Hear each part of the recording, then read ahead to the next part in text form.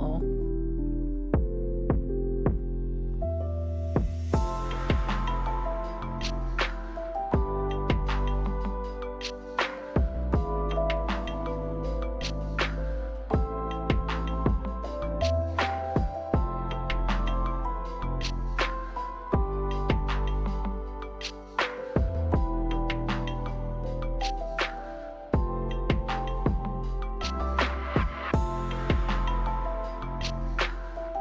Well, let this song finish playing.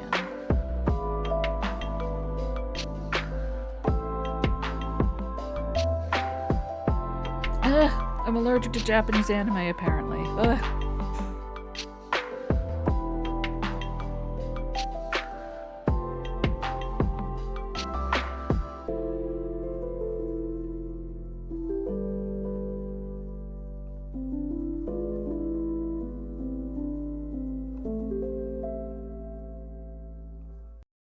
Thank you, Stream Beats by Harris Heller. Hello!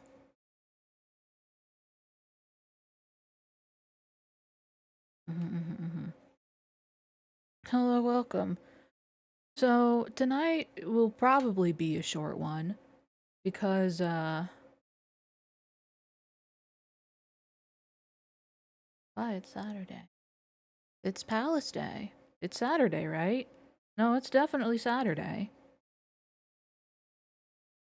Definitely Saturday. I don't leave until mid-August. My last stream for the foreseeable future is the 16th. But, it works out that today's probably going to be a shorter one, because, Streamlabs desktop updated and all my shit's broken. So that's fun. Because I don't just run it ambiently. So I fired it up for stream and it's like, oh, you need to install an update. I'm like, okay, I guess. But, the reason today will probably be a short one is because yesterday, my brain decided, it did this really fun thing where it decided that it would be a fun time to reflect on every sad thing that's ever happened to me.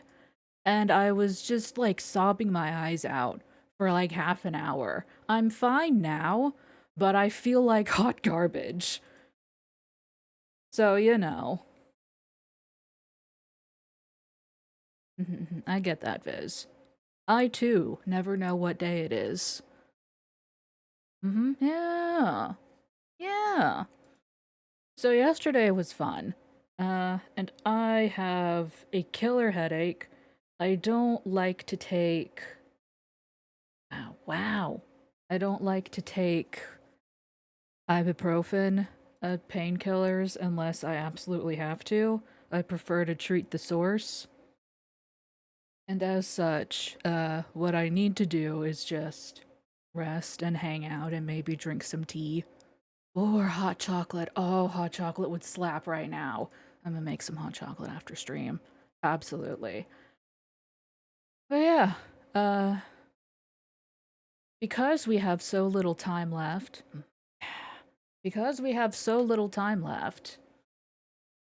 I wanted to do a stream.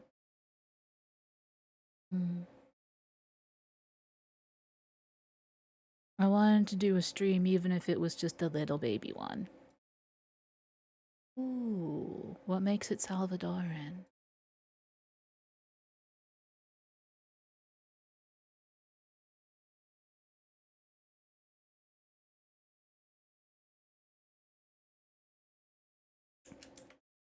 Do that real quick.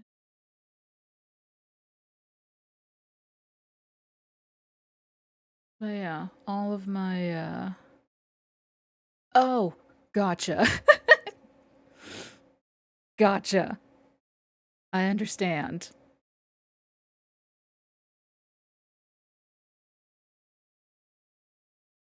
But yeah, all my shit's it's not linking to my Stream Deck, unless it is. No, it certainly is not. On-screen chat was broken. It would appear that It's not playing nice with trigger fire, which means I would have to go fix that. It was a whole thing. So I guess be aware that I guess sound alerts don't work tonight.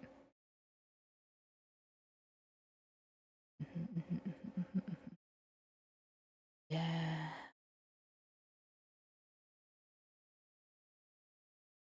But yeah. Don't just stand there, let's get to it, strike a pose, there's nothing to it. Royalty. Yippee.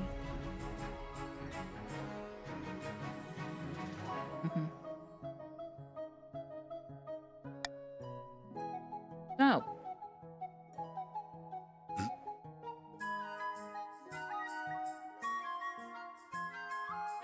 Previously on King of Castle, we have Queen Sybil of the Palladia dynasty, formerly a Baron of the March.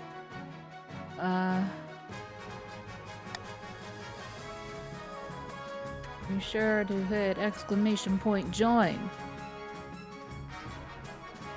Followed by your pronouns to join in the game.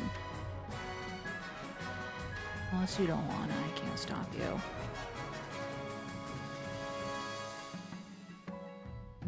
Yeah, it should keep you where you were because we were in the middle of a dynasty.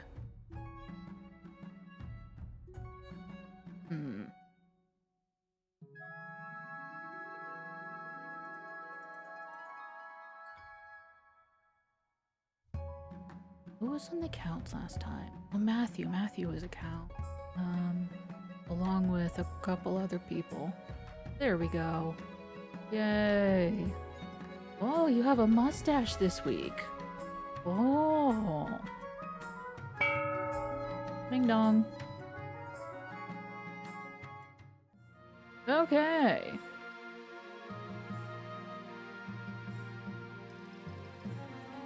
Let's see here. My goal is to raise farming, as a refresher.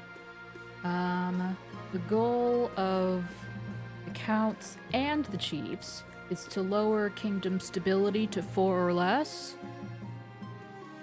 And the goal of the barons is to support me in all my future endeavors. So, yeah. Go team. Yeah.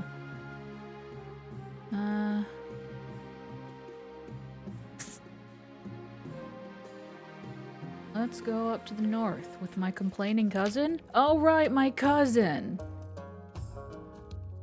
Interesting news from the north, says the spy master. Do all your family reunions go this well? Is my cousin being a bitch? You could say that. Lord Fitzalbert has decided to tell everyone that you're unwilling to give someone of your own blood funds on which to survive. And stirring up bad feelings against you, better to nip this in the bud before it gets out of control. Okay. How should my bitch cousin's complaints be dealt with? Option A, the queen should formally apologize, lowers defiance and authority. Option B, pay the chiefs to put him up. This lowers my treasury by 1,000, leaving us with 50 gold in the whole treasury. It lowers defiance and raises chief's wealth by 300. C, officially reprimand him for his insolence, which is a 40% authority check. Okay, I'm gonna go ahead and veto paying the chiefs. Nuh-uh, no. I am vetoing paying the chiefs. We cannot afford that. We literally cannot afford that. We, the kingdom, we can't afford it. We cannot afford. Crabcorn is dead and buried. When will you learn?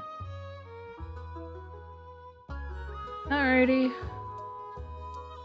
Voting shall commence in 3, 2, 1. That was in our other save file, even. It technically didn't happen in this timeline. Remember that it is exclamation point vote, followed by your choice.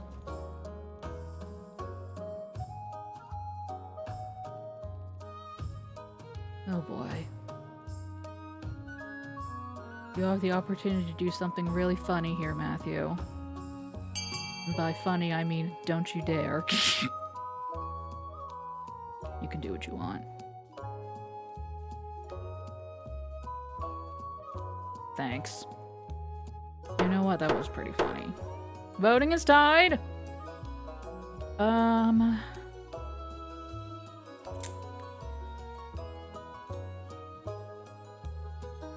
Fuck it. Let's go gambling!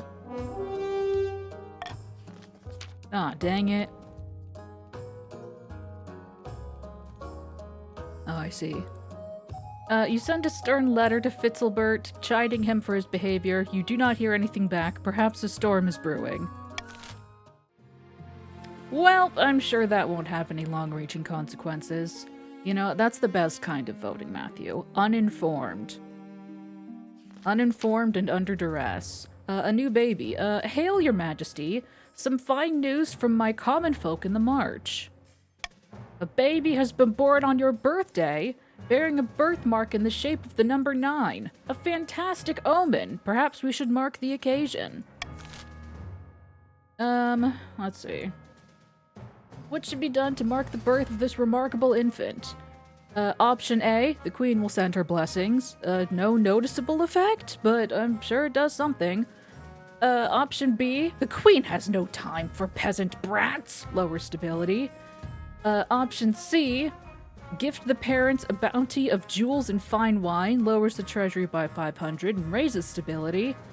Option D, send the Inquisition to make sure the birthmark is real.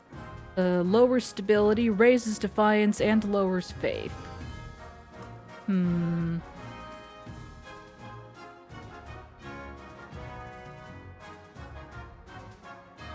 I am going to choose use Call for Unity, which gives +1 stability if more than 50% of nobles vote for any one option. Well,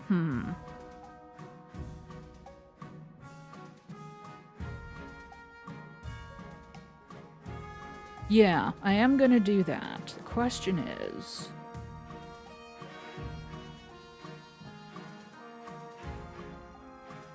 I'm gonna put it on option D. Oh, wait, no. Oh, that's just a general thing. Never mind!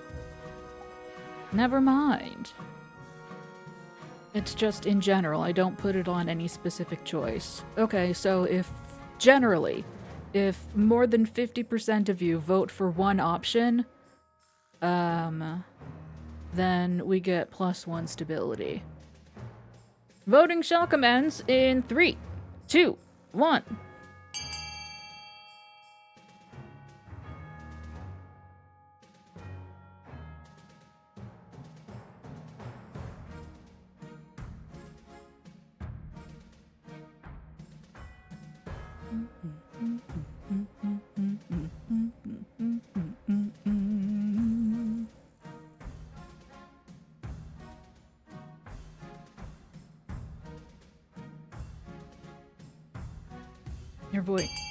Your vote didn't count. There you go.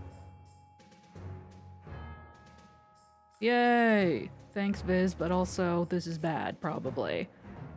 Yeah, who needs faith anyway? Honestly, truly. Who needs it? Voting is closed! +1 stability. Yippee! That's fair, detective. Well, it went back down by 1, but that's okay. By the 9th, your highness, I can assure you there is no deception going on here. The defiance in the marches is now at a 1. I'll be the judge of that, says the High Inquisitor. When the High Inquisitor returns, she is forced to admit that the birthmark is indeed genuine, but her rude questions and threats have turned the local population against her. Faith is down by 1 in the marches. That wasn't too bad. That wasn't bad at all. Yippee! Oh boy, the auction. Okay. So, auction options. Reminder that it does not start until I say that it starts. And be prepared, because it lasts for exactly 60 seconds and then it stops. There is nothing I can do about it. Option A is a monument for the barons that increases authority. Option B is a thieves guild for the barons that lowers baron trade by 1. Option C is an observatory for the chiefs that lowers faith by 1. Option D is a prison for the chiefs that lowers stability by 1. Maybe we don't need a third prison? I mean, we have so many prisons already. It would just be a waste. We don't even have that many criminals. We are a peaceful kingdom. Option E is a cathedral for the counts, which raises faith by 1. Option F is a fortress for the counts that raises their military by 1. I will leave you to discuss for a bit.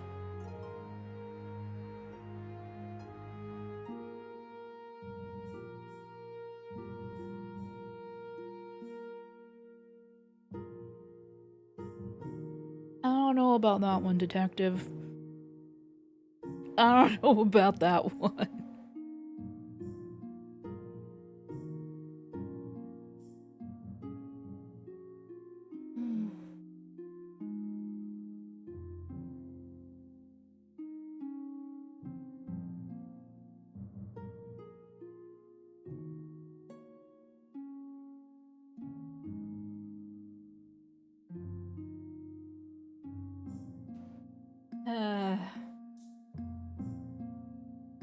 This is all rather unfortunate, isn't it?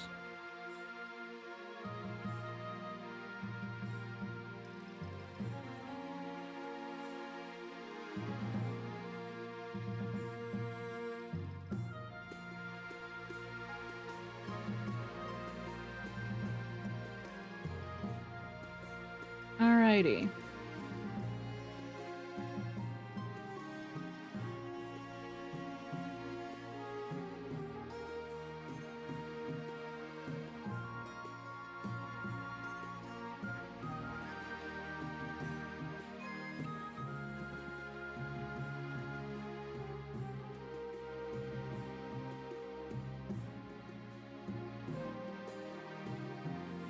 Alrighty. Are we ready to auction?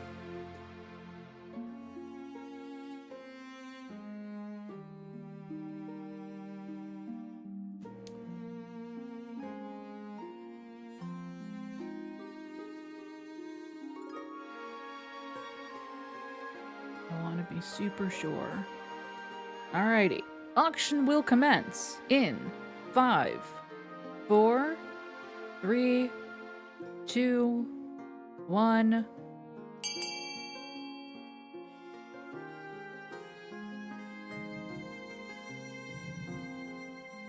Nice. But also, how dare you? The crown will remember this.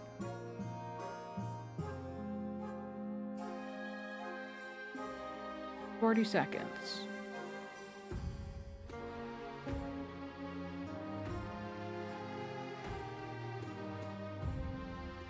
"30.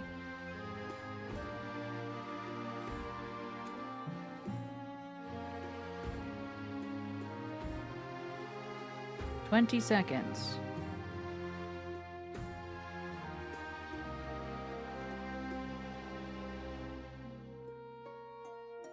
10, 9, 8, 7, 6, 5, 4, 3, 2, 1. Hey, Viz? Oh, wait, no, you did. Never mind. Wait, no. That's fine. It's fine. It's fine. So that's a fortress for the counts that raises their military by 1, putting them at an 8. Aw. And a prison for the chiefs that lowers stability by 1, putting us at a 6.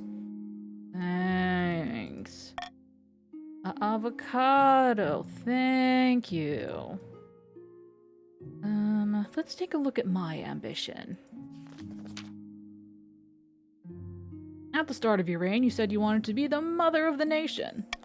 You're well on your way to reaching that goal. The peasants are thriving and well-fed and they think of you fondly. Well done, your majesty. I'm ignoring that chime. Defiance is down by 1 in all areas. That's nice. But to shut down your nobles scheming for good, we need to build on that reputation. Your advisors have some ideas. The common folk are a sleeping giant that even the nobles are afraid to wake. If you become beloved by the peasants, the nobles won't dare overthrow you for fear of revolution. Or you could declare war on the Ashmedian Empire. The nobles will forget their schemes if you win. Ability in farming or farming in military. Huh. Good thing we just increased military by 1. Prepare for war! A wise decision, your majesty. I have already taken the liberty of contacting the Ashmedian ambassador. Greetings, your grace. I am here to discuss the terms of our upcoming war. What? Let me explain something to you barbarians. The Ashmedian Empire is far larger than your kingdom. Didn't you wonder why we never squashed you like a bug? It's because we're divided by internal conflicts. Same, dude. It may seem that the empire is ruled by its emperor. In reality, Ashmead is ruled by its generals, who battle endlessly for the capital. So why are you here? I am here representing General Thalacanth, whose lands are safely distant from the border. If you were to invade, all we ask is that you send us your signal. We'll launch a civil war, taking advantage of the chaos to bump off some of our own rivals. A bold plan. I will leave you to think on my words. I'll take it. If we take advantage of the Ashmedian Empire's internal divisions, we may actually have a chance. If you beat our oldest enemy, that would shut the nobles up for good. But winning still won't be easy. Your priority is to raise the kingdom's overall farming and military as much as you can. And of course, there can't be open rebellion among the nobles. Okie dokie. Well, we're already doing pretty good. Let's see. A rogue golem. A rogue golem has crossed into our territory over the Ashmedian border, your majesty. This could be an exciting opportunity. What's so exciting about it? Please, my liege, this is our chance to figure out how this golem magic works. We could even turn it against Ashmead. Your majesty, the barons would drown their own grandmothers to gain an advantage over Ashmead, or over the chiefs and counts. Golems are an offense to the ninth god, and they're dangerous. We should destroy it before it gets out of control. Oh boy. Option A, use it as a source of labor, 50-50 chance. Option B, add it to the Marcher army, 60% chance. Option C, take it apart and figure out its secrets, 100% chance of success. Option D, destroy it. Oh, ooh. Oh, destroying it raises stability, so that's like the opposite of what you all want. That's nice.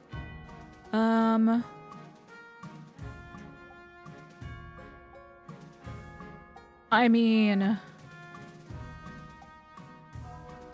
I for one believe I'm going to use... Yeah. I will use my Monarch's Iron Choice. Well, no I won't, never mind. I will put it to all of you. I am eager to see success. That's the chance of success. It might increase trade, but the fact that it says trade means that it's based on their trade stat. So because they have a very high trade stat, it has a very high chance of success. But we don't know what it will do. Yes, correct. Okay. So yeah. I am eager to see what you all will do. Voting will commence in 3, 2, 1.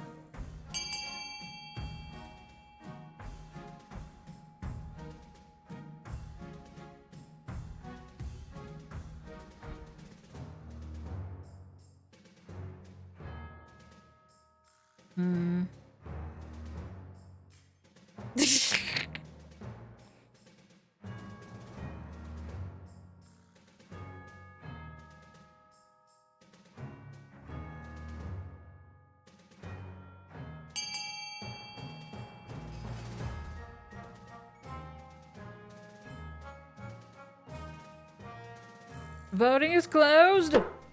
Voting is tied. As the Monarch, I shall break the vote to take it apart and figure out its secrets with 100% success chance. I mean, that's up to you. I say do what you want. I genuinely... Someone's gonna win. It might be me. Who's to say? The secrets of the golems have been a mystery for too long. I'll put our very best artisans to work figuring it out. Faith in the Marches is down by 1. Hi, Jen. A few weeks later, Baroness Viz reports back with a gleeful smile. Oh my gosh, the trade succeeded. Who would have guessed? It's slow going, my liege, but we're getting somewhere. In a few months, I think we'll have cracked it. Nice. Yeah. Over in the east, the Crystal Pox? Your Highness, I bring grim tidings. An outbreak of Crystal Pox is ravaging the east. What the fuck is Crystal Pox? A most terrible disease, Your Majesty. It begins with a rash of boils, which slowly and painfully crystallize until the poor victim is sparkling like a diamond. Oh dear. Eventually, the sufferer becomes a crystalline statue, a painful but admittedly glamorous way to go. How many dead? Whole villages have succumbed. The disease is terribly virulent.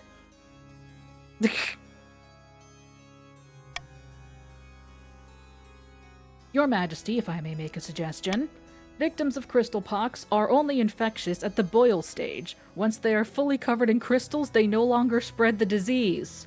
Indeed, the pox crystals can be harvested and used in jewelry? If we allow the pox to spread, we could make money in the East. By the blood of the dead woman, that is heartless, even for you! The only way to fight the pox is to close the roads and shut down all trade until the wave subsides. Is that what you want? For the East to lose money? Oh, boy. Ooh-wee. Ugh. Well, option A. Spread the crystal pox and harvest the gems. This raises defiance, lowers farming, military faith, and stability, but increases the treasury by 3,500. Option B. Don't do anything one way or the other. This lowers farming, military faith, and stability, raises wealth, presumably for the counts, by 300, and raises trade.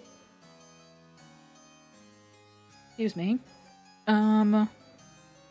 Option C, quarantine the East to prevent further spread.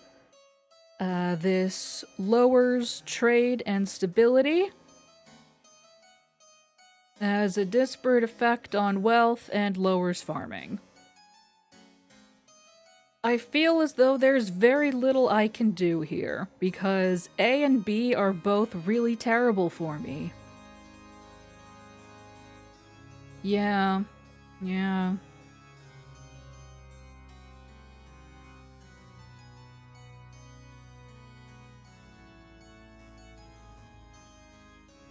I am going to use Call for Unity. That gives me +1 stability if more than 50% of nobles vote for any one option. Yeah, no, there's no winning here. But I can at least, if y'all gang up against me, I can at least get +1 stability out of it. Yeah. Oh boy. Well, voting shall commence in 3, 2, 1.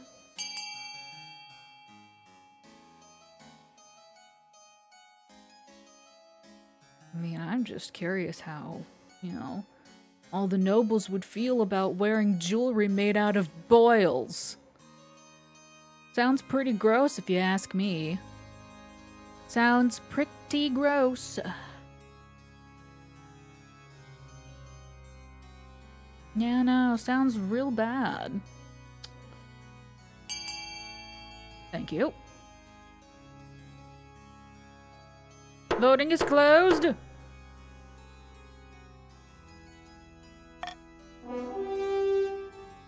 Spread the crystal pox and harvest the gems. +1 stability, but, that's fine. This is an outrage! How many will die for your greed? How could the council condone this? Defense in the east is up by 3 and is now a 6. It's like the fucking... From the... Is that the Eric Andre show? Where he shoots the guy on the couch and he's like, who could have done this? How could this have happened? The next day, you deliver a speech declaring that the crystal pox is actually a giant hoax, and anyone who believes in it is a fool and probably a traitor. Sure enough, this causes the pox to spread like wildfire. Over the next few months, the crystal pox ravages not just the east, but the entire kingdom, with thousands of peasants falling victim. Farms lie fallow, peasants turn away from a god that abandoned them. Oh my fucking god. This is probably the worst thing that could have happened. This is probably the worst thing that could have possibly happened. Farming in the north is down to a 4. Farming in the March is down to a 6. Farming in the east is down to a 7. Military in the north is down to 4. Military in the March is down to 5. Military in the east is down to 6. Faith in the north is down to 2. Faith in the marches is down to 5. Faith in the east is down to 2. And stability is down to 5. The counts are able to rebel. But on the bright side, you add a sparkling hoard to the treasury. In fact, all the nobles make a tidy profit, even Count Matthew II. Treasury is now 4,500. And chiefs, barons, and counts have all made bank off the suffering of the peasants. God damn. That was probably the worst thing that could have happened. That was horrendous. That was awful. I am so fucked now. I am unbelievably fucked. Well, hey, here's the good news. The treasury has so much wealth, I've decided that everyone gets a tax cut. Okay, maybe not the barons. Barons can just have normal tax. But everyone else gets a tax cut. Aren't I so nice? Yeah, no. Yeah, aren't I so nice? What? No, Your defiance is at a 0, Viz. Your defiance is at a 0.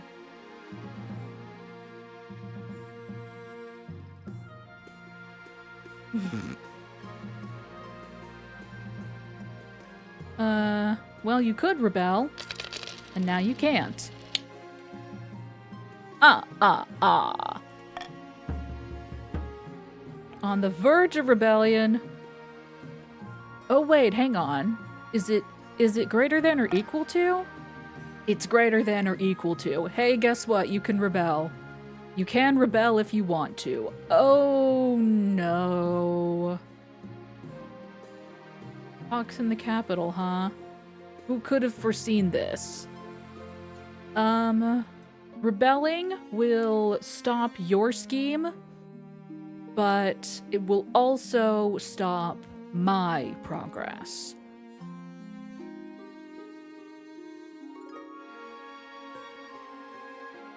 You are approaching what you need. And you do have the most military, yes. So you would have a bit of an advantage there. Yeah, and the most farming. You're in a good place to rebel. And, well,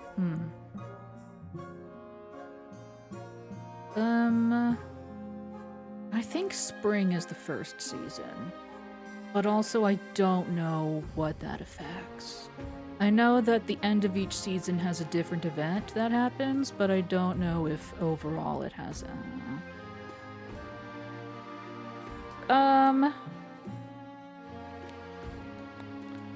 gosh, let's just, hey, let's check out my ambition real quick. For the last few months, your marshal has been crisscrossing the kingdom, drumming up troops in preparation for your first strike against the Ashmedian Empire.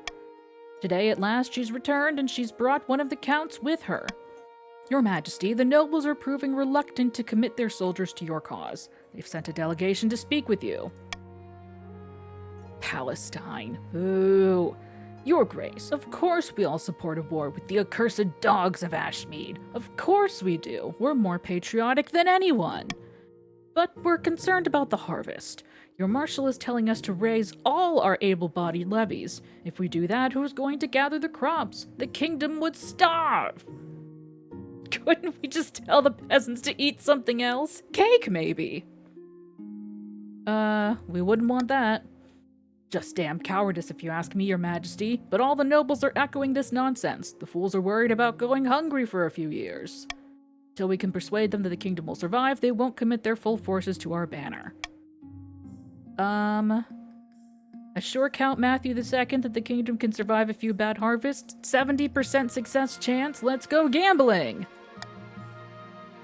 Ah, dang it. Lamentably, Your Grace, we just can't commit to a war right now. The kingdom would starve. Damn cowards, the lot of you! Don't call us cowards. My ancestors have a proud tradition of bravely sending off peasants to die on the Ashmedian fields, and I wouldn't dare respect that. Just give us time to build up supplies first. God damn you. Why did the Queen do this? I couldn't bear to go an entire year without brunch. It proves impossible to convince your nobles to lend their banners to your crusade against Ashmead, not while the granaries stand empty. God damn it.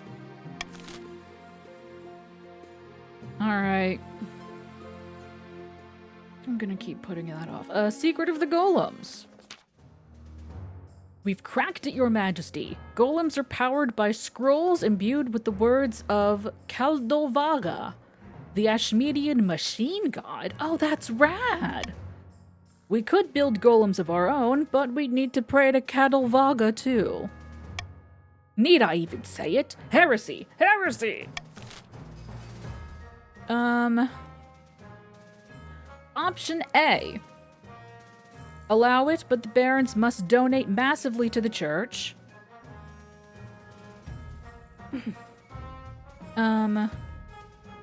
This lowers wealth for the barons by 1,500, raises defiance, lowers faith, and raises military. Option B. Allow it, but the golems must be powered by prayers to the ninth. This lowers military and faith. Option C. Allow it without restriction. This lowers faith and raises military. Option D. Forbid it utterly. This raises defiance.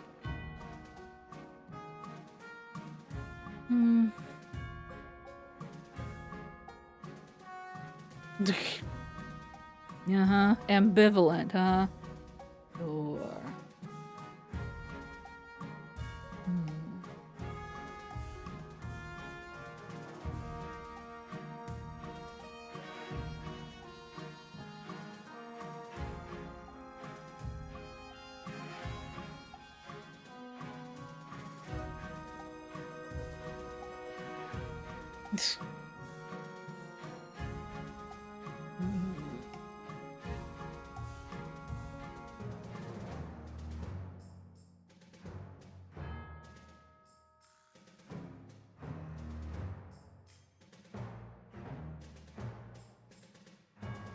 Presumably A and C would presumably raise military just for the barons.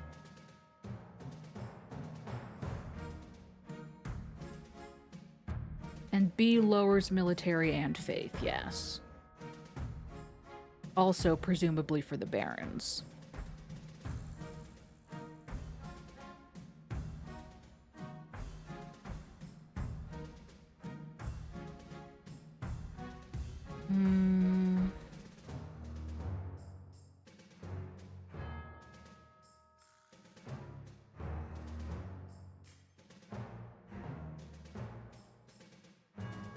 I want to veto B, but I'm worried that something even worse will come up with the crystal pox.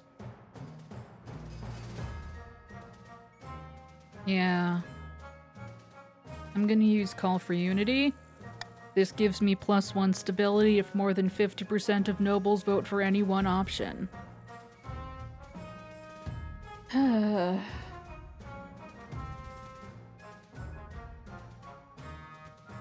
And I'll also use Pot of Greed that allows me to draw 3 cards. Voting will commence in 3, 2, 1.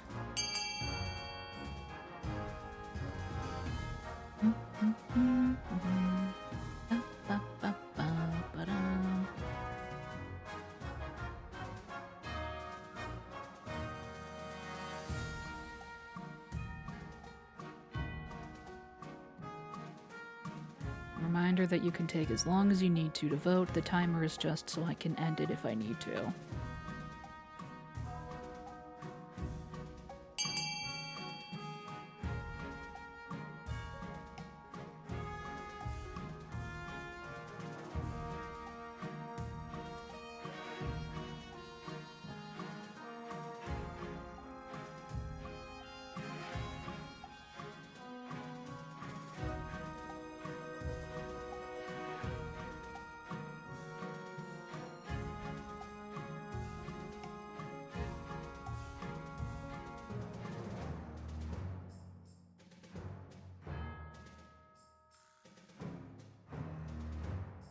Damn it. Well, okay. Voting is closed. Voting is tied. I don't get my stability, but I gotta raise military. I have to. Allow it without restriction. Sorry, High Inquisitor. Ooh, wow. Ooh. Ooh-wee. Faith is down to 1 in the March. Oh, the church takes a massive hit when such heresy is allowed openly in the March. More and more common folk drift away from the 9th god. Meanwhile, dozens of churchgoers, church factories, are built in Kaldavaga's name, and soon marcher armies are bolstered with untiring clay giants. Military is up to an 8. God damn. Oh boy. Pox in the capital. Your Majesty, the crystal pox has spread from the east to the capital itself. Hundreds of our citizens have succumbed. Our streets are covered in the glittering statues of the afflicted. Who could have seen this coming? Stability is down to 4! No! Who could have foreseen this? Well, Your Majesty, a swift quarantine of the East may have prevented this, but the council declined to take action. In any case, a rumor has spread among the peasants. They believe the only cure for the crystal pox is the Queen's touch. That's not gonna happen. In your shoes, I'd say the same, but Your Majesty, the common folk are absolutely convinced. If you don't heal a few of them, they may storm the palace just to get their hands on you, or rather your hands on them. I hate this. I suggest we look to the council for guidance. Oh, boy.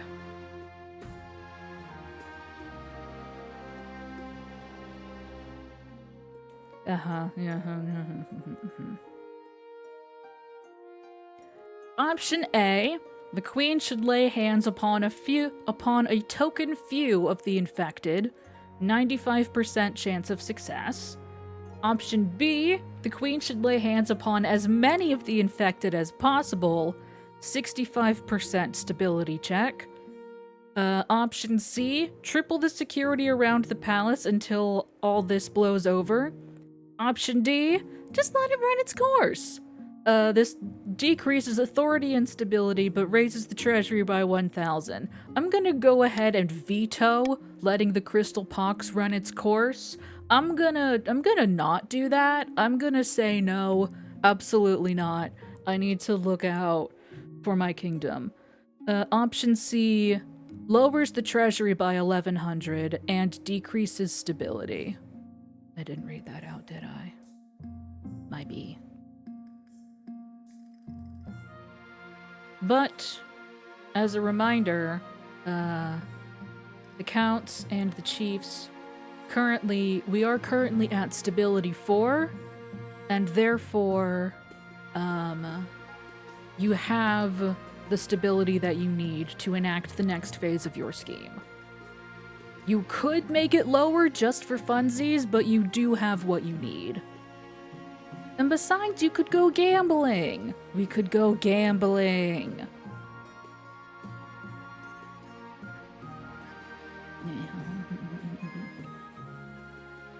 Voting shall commence in 3, 2, 1.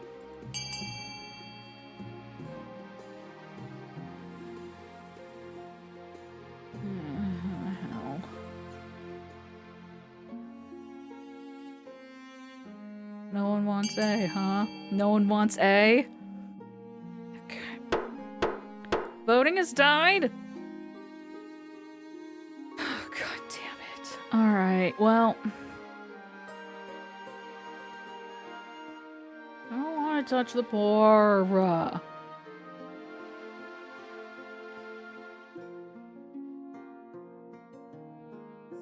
Let's go gambling! I can't stop winning! Yay! Finally! The next day, you ride out to the capital's center square and find a swarming mass of peasants waiting. They're a wretched sight, encrusted with oozing boils and crystalline growths, climbing over each other in their eagerness to reach you. Touch me, your majesty! Cure us! Save us! You walk out amongst them and lay your hands upon as many as you can. They bow and scrape and thank you for your kindness, but there are thousands of them, and while they may be polite, their sheer numbers are terrifying. Still, somehow the City Watch keeps order. At the end of the day, you head back to the palace, exhausted to your very bones. Turns out you can't really cure it. The crystal pox continues to ravage the capital, but the legend of your personal intervention spreads far and wide. Soon half the kingdom believes in your healing touch. This raises authority, rather. When the pox finally passes, gemstones litter the streets, but the people are too busy mourning to pick them up. The treasurer has her servants collect them under cover of darkness. The treasury has gone up by 1,000.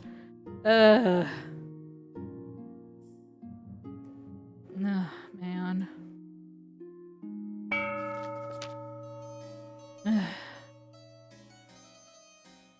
Two counts meet on the outskirts of a barren farm, wind whipping at their long cloaks. Good news from the capital, my friend. Well, bad news, but good for us. Oh yes, fires, wanton murder, giant spiders. No, the giant spiders were in the east. All that and more. The fabric between worlds is wearing thin. The time is ripe to summon a demon. I did forget that's what y'all were doing. But which honored guest should we invite?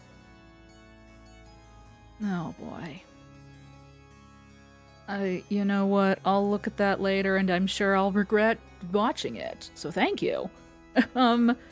Okay, Matthew, you have a vote coming up. You have as much time as you need. Option A.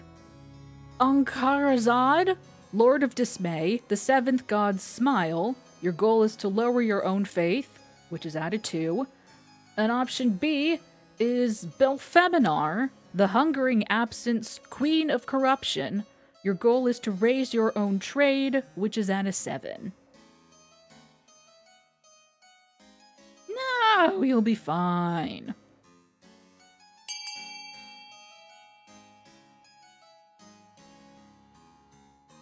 You do already have very low faith.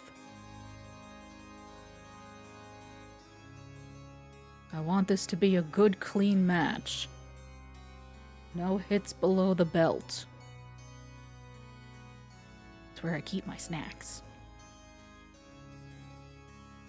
Yeah, no, that's really impressive. Voting is closed! Ankarazad, Lord of Dismay, the seventh god's smile. Ankarazad will never break through while the church has its claws in the heart of the people. It doesn't. If we make this kingdom ideal for his presence, he will sweep through the land and leave nothing but grinning corpses. From one of these corpses, we will simply pick up the crown. For the final stage of their scheme, the counts must lower their faith to 1 or less. Ooh, it must be even lower still. Alright. Meanwhile, in the north, Chief Big Detective Energy II has met with his co-conspirators once again. Mead is being passed around in good measure, and it seems spirits are high. We've done it again, you beautiful bastards. The common folk are in an uproar. Riots are commonplace across the kingdom. Yeah, I foresee no negative consequences of this. Other than for the queen, of course. That makes sense, Jeb. Thank the gods! I'm sure the queen is already cowering in her palace. Who knew villagers could be so useful? Now then, only one step remains. I have 2 proposals for the plan ahead. One way or another, we will push the common folk to turn violent. Option A. Devalue the kingdom's currency and force the peasants into poverty. Your goal is to lower all trade. Trade is pretty high right now. Option B. Manufacture a food crisis and force the peasants into starvation. Lower all farming, which you're trying to do anyway because I'm trying to raise farming.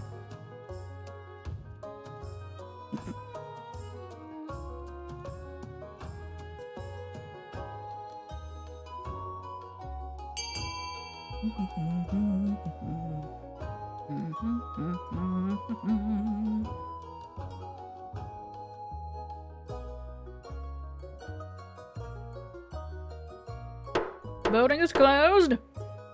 Hi, Mittens.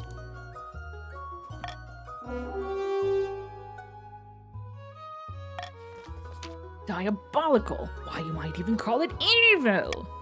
Nay, it's for their own good when you think about it. Everyone will be better off with Arnie on the throne. With this final push, we will ensure the queen soon has more than just a few angry peasants on her hands. Aye, and once the fighting starts, I'll be right there, ready to step in and negotiate. For the final stage of their scheme, the chiefs must lower all regions' combined farming to 15 or less. It is currently at 17. By royal decree. I'm good with what I have. I'm good with what I have. Oh god, not my cousin again. Bitch. I can't read what that says. What is that? A new contraption? I mean, I think the pox is over with. Alright, what the fuck is up with my cousin? Spymaster strolls into your library while you're reading, dragging your cousin, Lord Fitzalbert, by the scruff of the neck. A moment, Your Majesty. What happened? Lord Fitzalbert wiggles half-heartedly with a sulky scowl. I've intercepted a number of threatening letters from your cousin, your majesty. Nothing of concern, but recently he hired an assassin against you. A very poor one at that. I haven't seen any assassin. Spymaster smiles. No, you haven't. Thank you, Spymaster. You've treated me dreadfully. Why shouldn't I move against you? The so-called assassin was nothing but an amateur. Frankly, I'm surprised he didn't trip over and stab himself before I got the chance. But your cousin's actions raise concerns. Oh boy. Option A, imprison Lord Fitzalbert. This raises authority, lowers stability, and raises defiance, presumably for the chiefs. Option B, exile him. 60% authority check. Option C, put him in a monastery in the north. 20% faith check.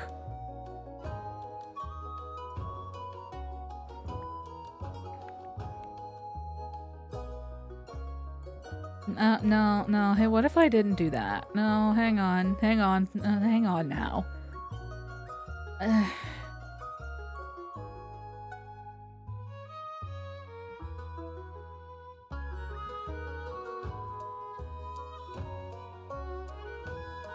Oh my god. Okay.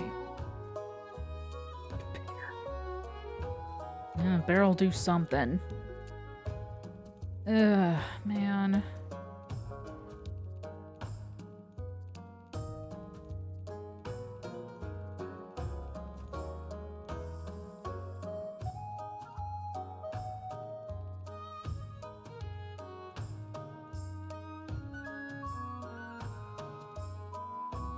I'm gonna use Call for Unity. Right? I'm worried that I'll need my faith for, or my veto for something else. I'm worried that I'll need my veto elsewhere. Yeah. Yeah, because this doesn't directly...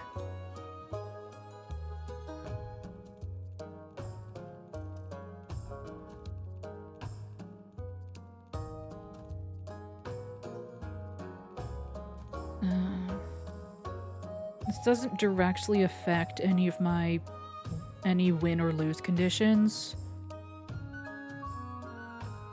I'm gonna use Call for Unity. Gives me +1 stability if more than 50% of nobles vote for any one option. Voting shall commence in 3, 2, 1.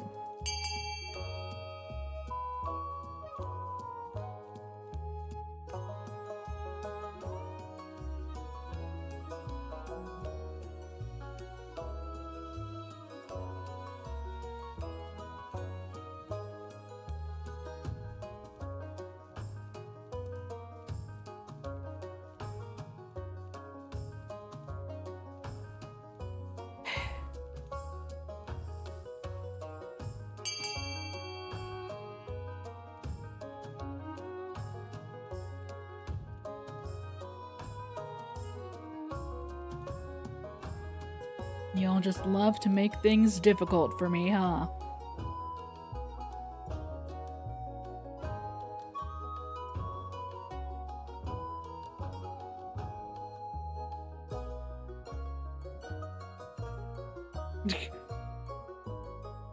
Alright.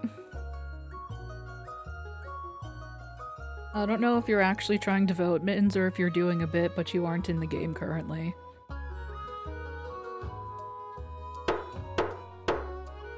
Voting is closed!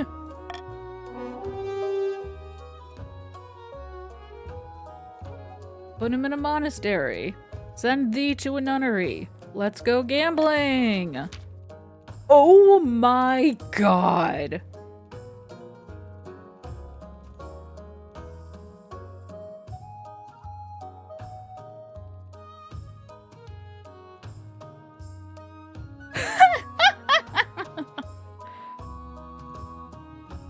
Lord Fitzalbert is furious, but he sulkily makes his way to a monastery in a remote part of the north. Stability is up to 5, and faith in the north is up to 3. As it turns out, he settles in well, with the monks treating him with good-humored tolerance. You receive a letter from him a while later apologizing for trying to kill you and saying he's enjoying himself. Perhaps he'll cause less trouble now that he's out of your hair. Regardless, he's no longer your concern. Yay! Fuck him. Fuck that guy. Hate him. We're going to war with them. A new contraption, huh?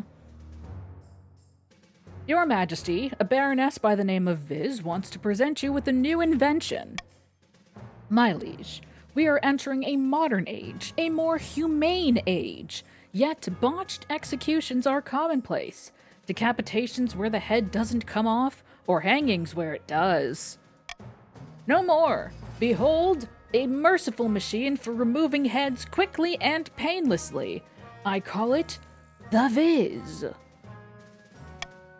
She swishes away a cloth to reveal a huge piece of iron and wood. It has a hole for someone to place their head, and a heavy blade dangling ominously above it. The sight sends a chill down your spine. And you want to name this horrible thing after yourself. Why not? This is a machine of mercy. With a little funding, Your Majesty, I can distribute the Viz across the kingdom. I'll bring it to the council. You won't regret this.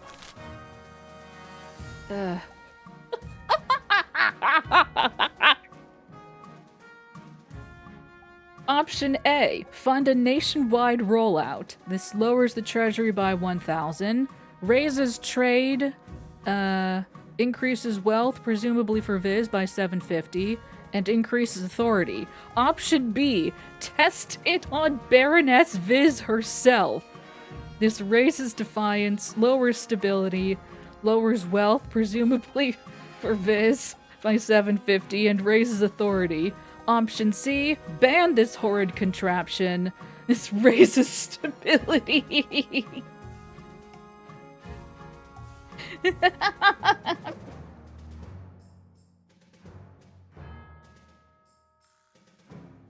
Also, Matthew,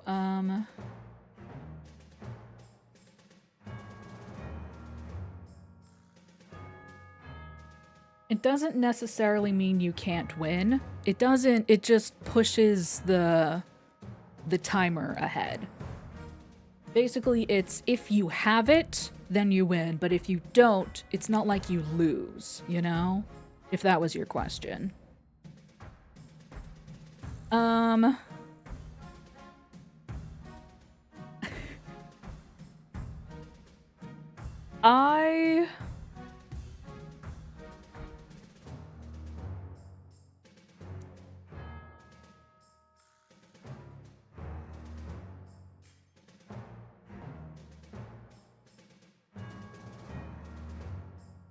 I will leave it to you all to decide.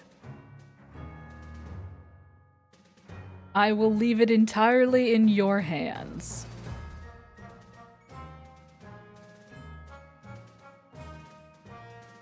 Will you murder Viz for the bit? Voting will commence in 3, 2, 1. Yes, Viz, yes. Do you have any parting words? A reminder, Mittens, that you're not in the game right now. You need to join if you want to.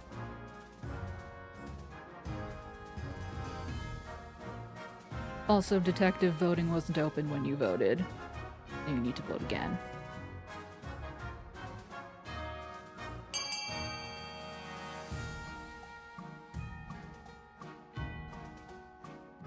There you go. Can you vote in this? Oh, I see. Excellent. Voting is closed!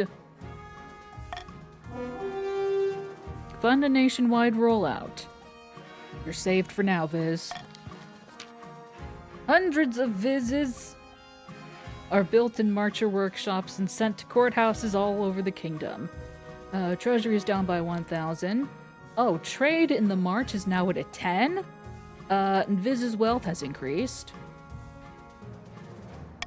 Soon you're chopping through the backlog of condemned prisoners with unprecedented speed and unprecedented mercy. Authority is up to 7. Nice. Thank you kindly, Baroness Viz. Clairvoyant. Your Highness, your Greatness, Chief Jeb has been having prophetic dreams. It is true. I can part the veil betwixt now and some ways off. Give me a prophecy, then. I look to the future and it speaks through me, no more, no less. For instance, Countess Constable Mittens should beware of birds for the next season. And I saw a vision of Count Matthew II's body floating away on dark water. What? Seventh, take us. Please, Your Highness, have them foretell the future for the Council. We could gain insight into great mysteries. Option A. Just this once, begin the visions. 50% chance of success. Option B. Throw this charlatan into the dungeon. 30% stability check. Option C. Make Chief Jeb an official council advisor. Disparate effect on defiance. Raises trade, farming, lowers authority. We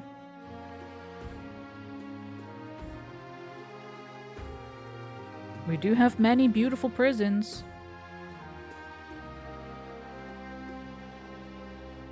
I will leave this all in your hands. I will leave this in your capable hands. Actually, you know what? I'm gonna use Monarch's Iron Choice. If chosen, they gain +1 authority. I'm gonna use Iron Choice on C. That way, if you do pick it, the hit to my authority will be negligible.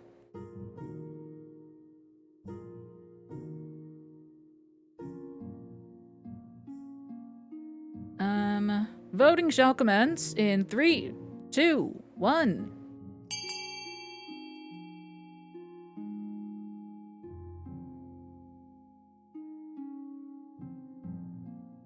Oh boy.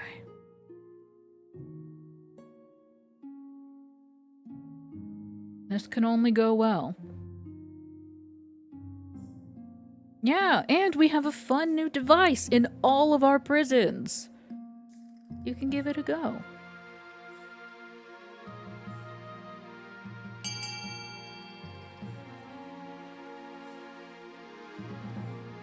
See, it's fun because now we actually have an odd number to break the ties. Voting is closed! Congratulations, Jeb, you've been promoted. And I get 1 more authority.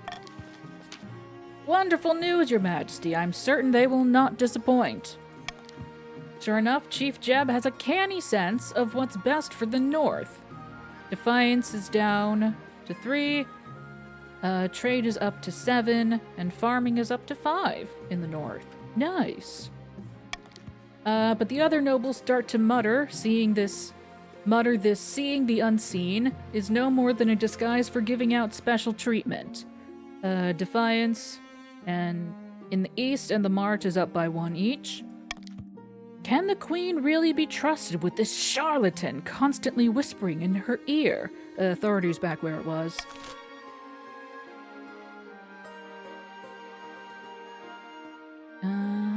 Okay.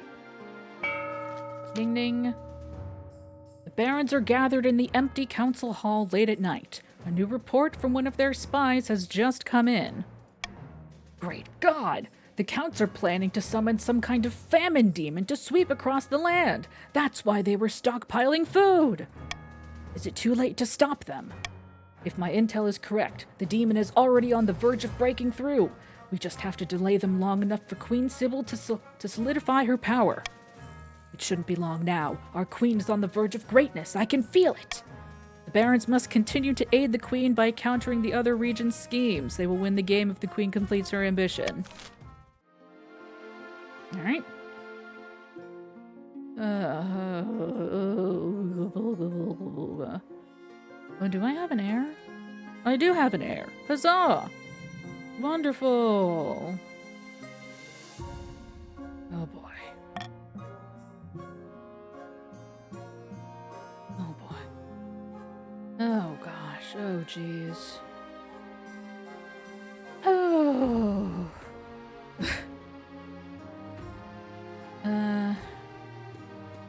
Noble kidnapped. Your Majesty, the loyal and noble Chief Jeb has been taken hostage. Oh my god, my advisor. What would kidnappers want with them? Some criminal organization. These horrid miscreants demand gold and safe passage to Ashmead in exchange for Jeb's return. Wow, they would need to go all the way across. Oh my goodness. Option A. Pay the ransom for Chief Jeb's release. This lowers defiance and authority, and lowers the treasury by 1,500. Option B, send the North's military after the kidnappers. 70% chance of success. Option C, ignore the letter.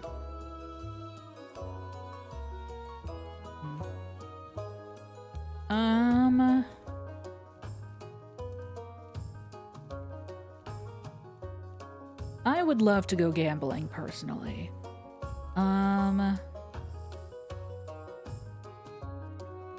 But I will leave it all in your hands. Voting shall commence in 3, 2, 1.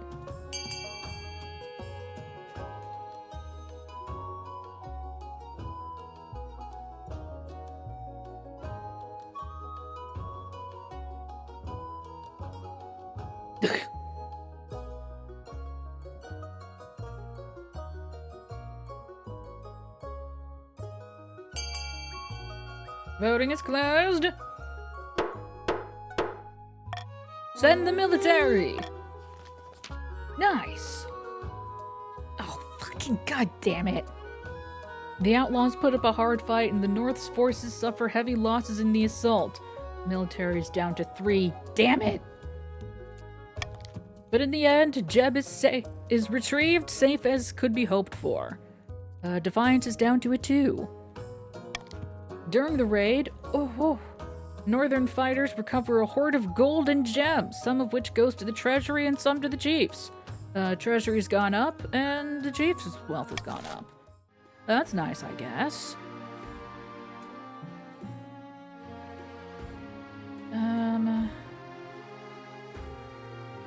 Excuse me. An old debt. How do you expect me to take this seriously, you crack-brained simpleton? Shut your daft mouth and give me what I am owed, you honorless dog! Calm down, both of you. This pimple-headed lackwit expects me to pay her a huge quantity of gold just because her great-great-grandfather beat my great-great-grandfather in a foot race. A debt owed is a debt owed, is it not? Your Majesty, I only recently discovered this debt while combing through my ancestors' journal. Honor dictates that Chief Jeb is liable for their ancestors' debt. By Oddheld's horn, this is ludicrous. I demand we put this to a vote. Okay. Option A. Order Chief Jeb to pay their debt. This, has a disparate effect on defiance and wealth. Presumably, it lowers defiance for the barons, and raises defiance for the chiefs, as well as transferring money from Jeb to Viz. Option B, cancel the debt, it's too old to matter. This presumably raises defiance for the barons and lowers defiance for the chiefs. Option C, order Chief Jeb to pay their debt, plus 2 centuries of interest. This, once again, this is option A, but more. Yeah.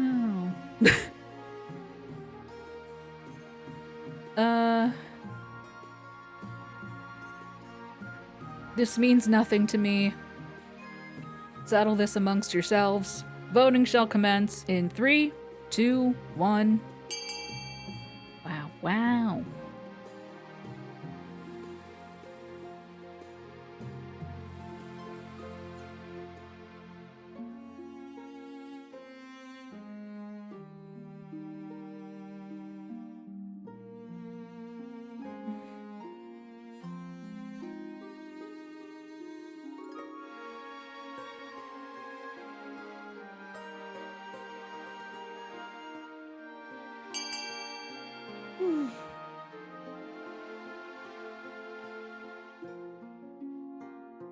Alright. Voting is closed. Unanimous decision. Council actually agreed on something. Mother of mountains, this council is full of idiots! Fine, take your money. Defiance in the march is down to 0. Defiance in the north is up to 3. With pleasure. Chiefs... Yes, Jeb's wealth has decreased and Viz's wealth has increased.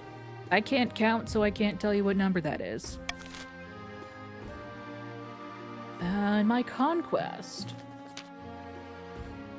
Okay. Oh, okay. Gather troops. It did say that the check would get easier every time. I did not anticipate that it would get this easy. This is a 100% success chance. Well then. By the blood of the dead, Your Majesty, you're right!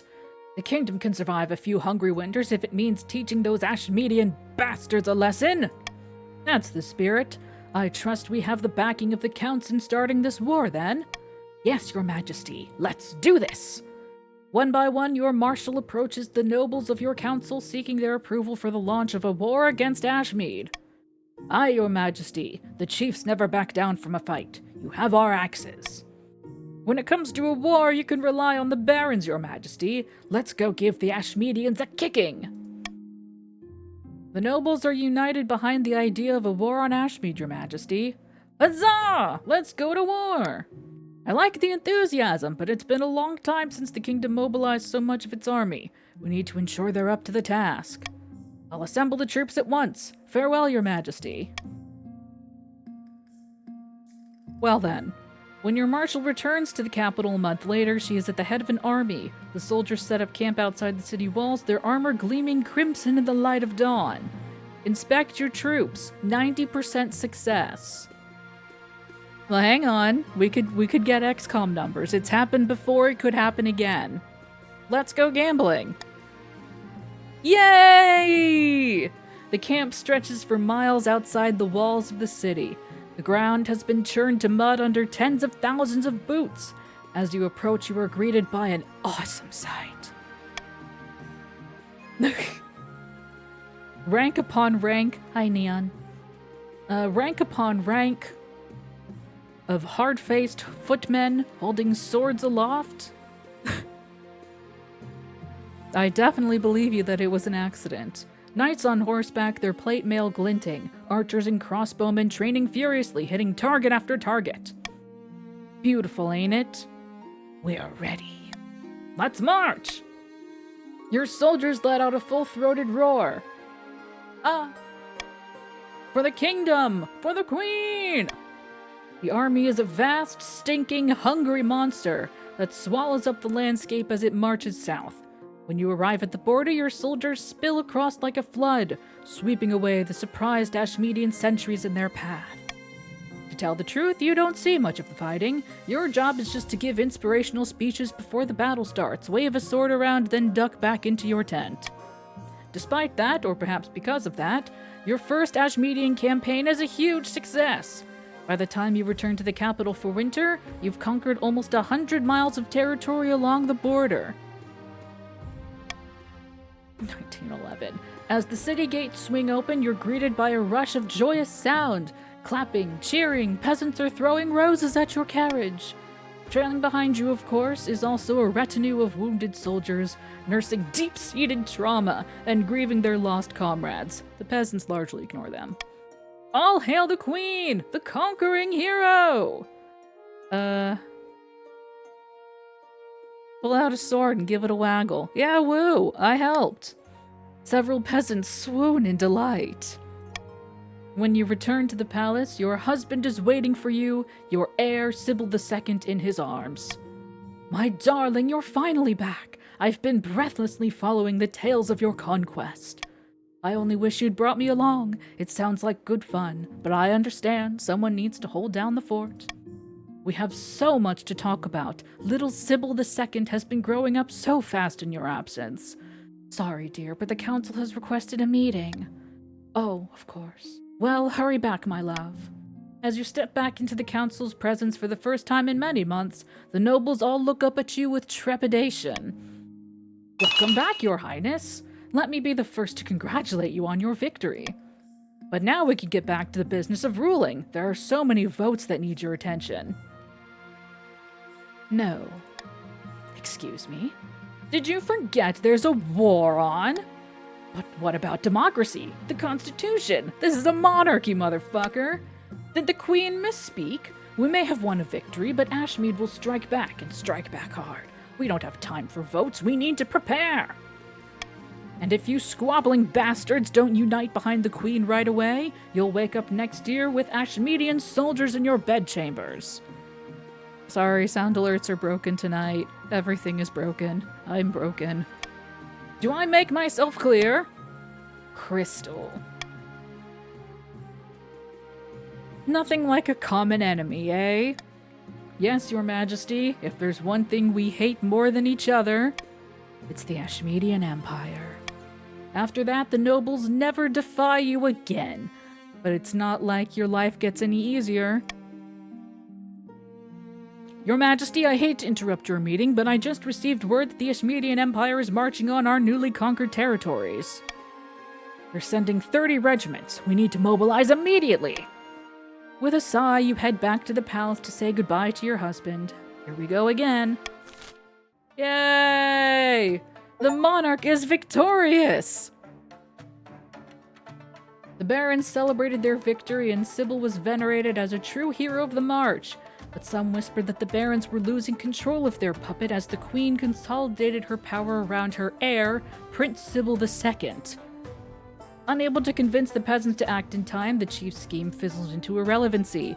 Perhaps next time they take matters into their own hands instead of hinging their plans on the whims of common folk. Rushing to complete their scheme, the counts attempted their blood ritual too early. The summoned demon escaped their control and slaughtered dozens, including Karzak and Count Spartanfed. Queen Sybil's reign spanned another 15 glorious years, mostly spent fighting in foreign fields.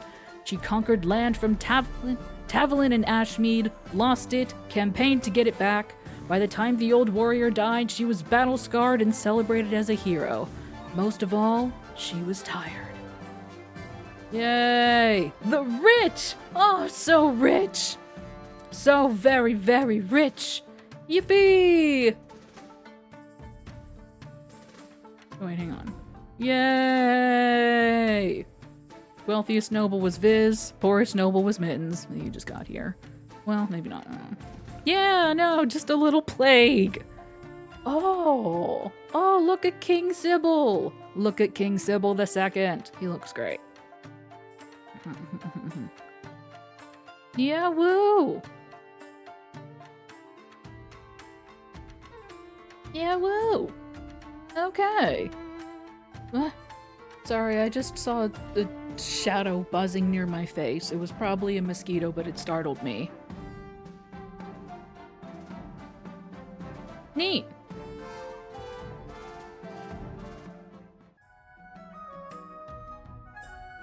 Okay. How am I feeling? Honestly, I'm feeling better. I'm feeling much better.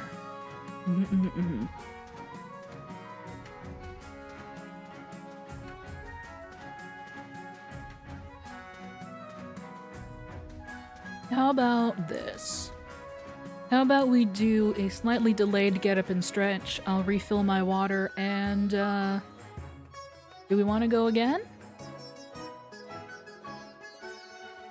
We can go again. I'm curious about the exploits of King Sybil II.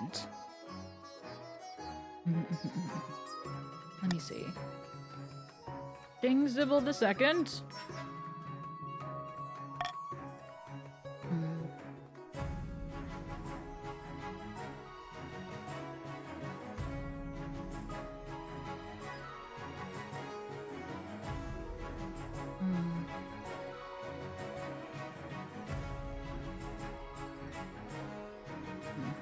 That's true. Which is why I wish you could, change the regions based on dynasty.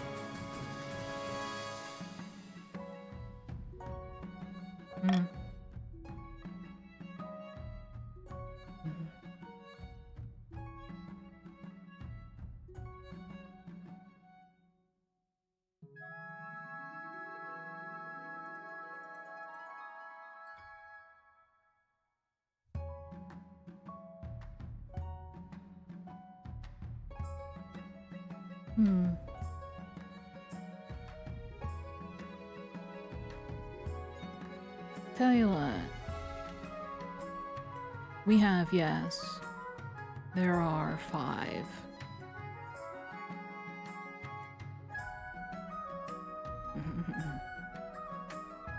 Yeah, which is why counts were doubled. Doubled up on the counts. They're fun and spooky. We could do that, but the problem with this one is that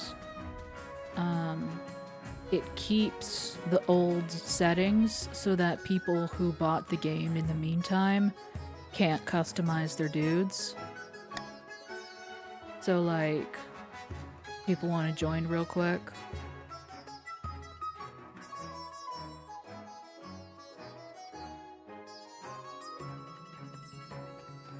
Yeah. It just totally randomizes it.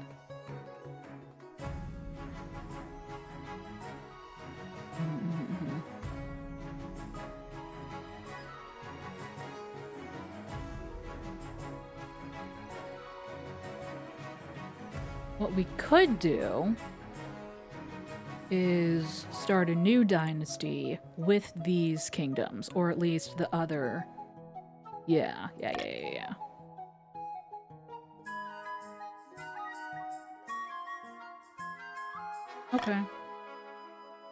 Okay.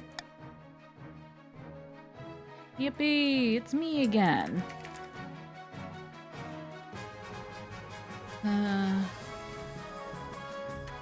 Let's see. How about...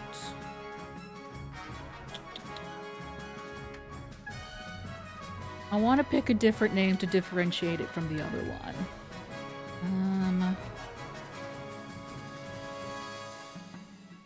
How about...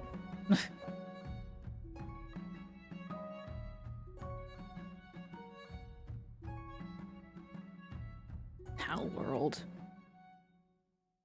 How about the Pal Dynasty? Not your pal, buddy.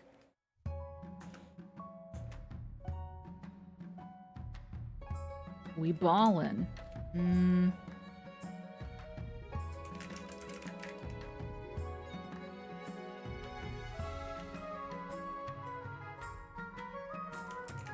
Oh, it doesn't do symbols. Hi, chat.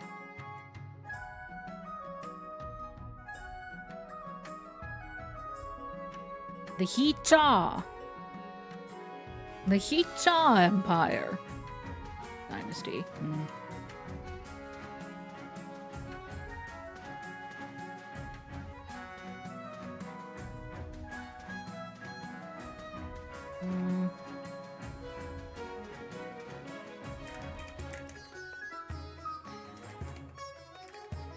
Streameria. Streameria. How do we feel about Streameria? Streameria.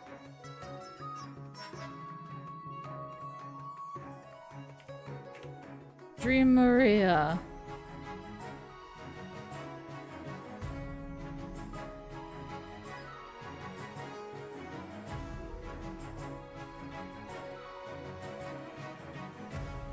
Honestly, Palestine was very funny. It's very funny. but I'm gonna go with stream area. Okay. Play on Twitch. We want the patricians and the grandees. And who is our third? Do we still want the counts? Or do we want the barons or the chiefs? The counts.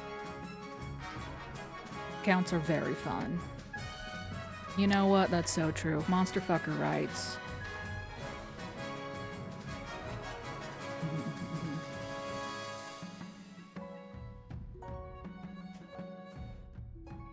Ayo. Ayo?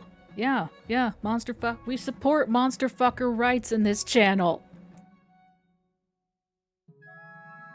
I'll take a stance.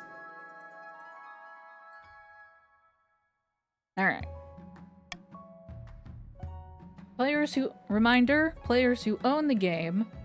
Okay, so exclamation point join followed by your pronouns. If you own the game, you can specify a region that you want to join. You want to be a patrician, a grandee, or a count.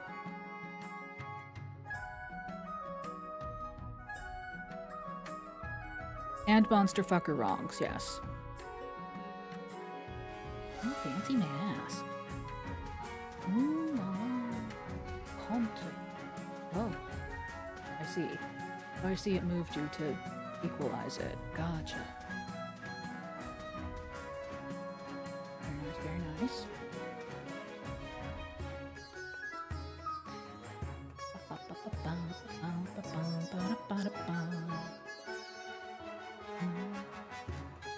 You did join the monster fucker gang, but then it redistributed you to be even.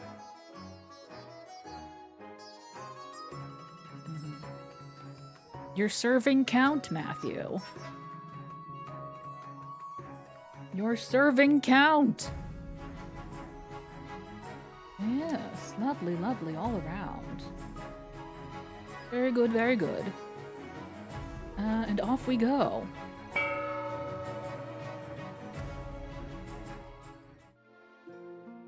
Welcome, welcome, one and all. South, the east, and the coast. Alright. Introduce the council. Hello, I'm the Monarch. Say hi to the counts. Hello. Hello, Count Matthew. Lord Patrician, Big Detective Energy. And Grandee Neon.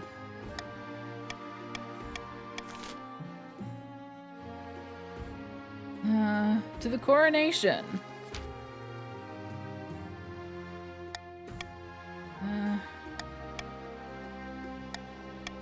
Alright. Option A for the coronation. Host a lavish parade with jugglers and wine, hookers and blow. Lowers the treasury by 1,000, raises stability.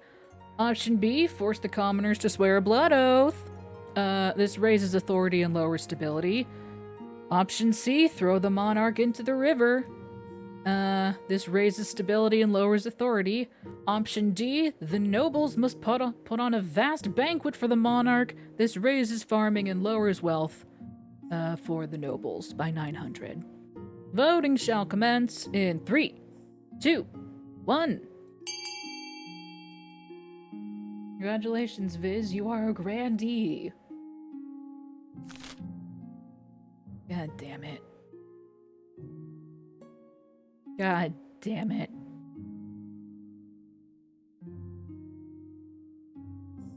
I shall put on my bathing costume. Gosh, dang it. Voting is closed. God damn it. It's decided. The monarch will be thrown in the river. Stability is up to 6, authorities down to 4. What? Well, hang on, let me get changed out of my nice robes. The nobles pick you up and carry you out to the Treadwater River, hurling you into the shallow water with a cheer. When you climb back up the banks, soaking wet, the Chancellor steps forward and places the crown upon your head. Is it your imagination or are some of the nobles stifling giggles? Man. And now my path to victory. Okay, let's see.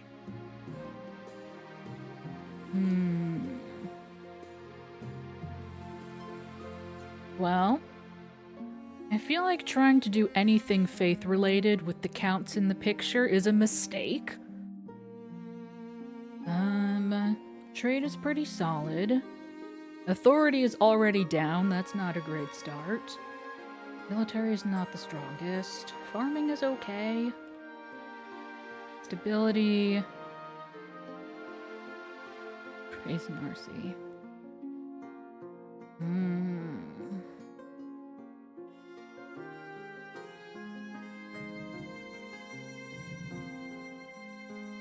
I feel like too many schemes focus on lowering stability.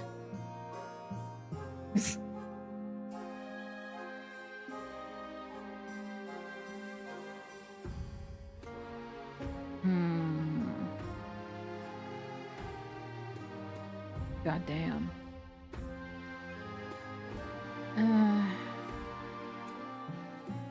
Fuck it, let's go with trade.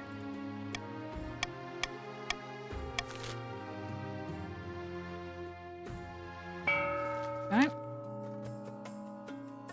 Tobias of the Jebrench family, legendary coastal rapscallion, scribbles with a well-used quill on a hardwood desk, muttering in frustration. Fellow patricians of the coast, my claim to the throne is far more legitimate. Yes. Patricians of the coast. Your options are A. Sorcery, raise authority. Option B. Conspiracy, lower treasury. Option C. Corruption, lower authority. This is Detective and Jeb.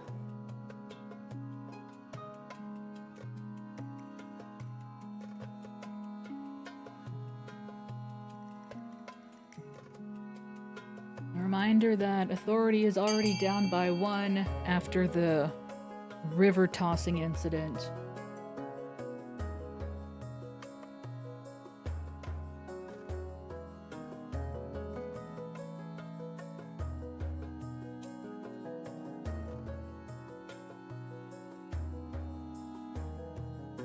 Sorcery is awfully fun. Sorcery sounds really neat.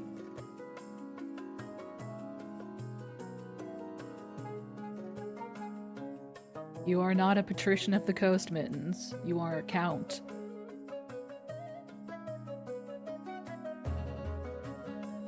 Voting is closed! Sorcery. The patricians plan to make a bargain with a wizard! These immortal spellcasters seldom get involved in political squabbles, but perhaps if the monarch was considered a threat to their autonomy, to advance their scheme, the patricians must raise authority to 5 or more in 2 seasons. Meanwhile, in the south, Cardosa of the Viz lineage, charismatic political mastermind, stands bathed in sunshine, burning on us in a daze. False pretender. Yes. Grandees of the south, that is, Neon and Viz. Your options are A. Doppelganger, lower your own defiance. Option B, fervor, raise your own farming. Option C, excommunication, lower stability.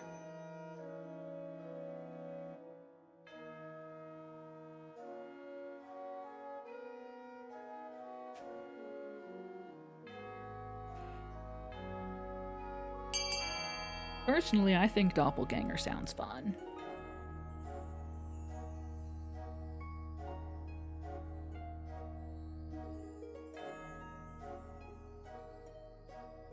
What happens if there's a tie for this? Do I get to choose? That doesn't feel right. That doesn't feel like a thing I should be able to do.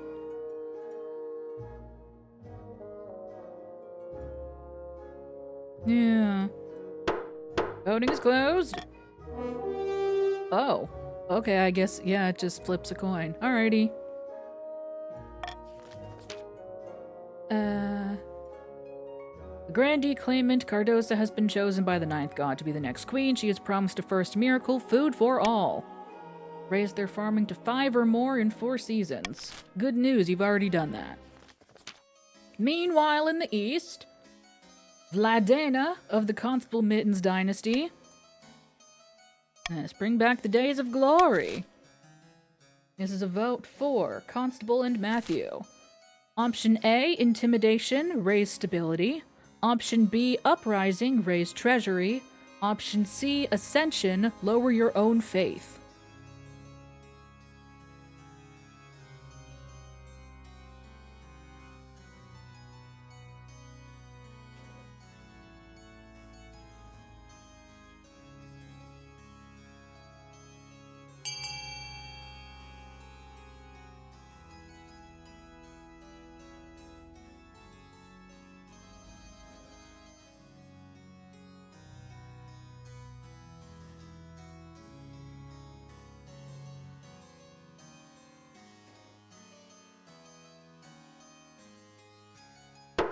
Voting is closed.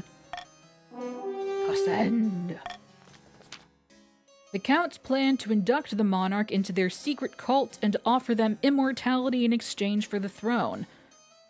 I mean, that sounds like a pretty sweet deal. Oh, in exchange for the throne. Oh.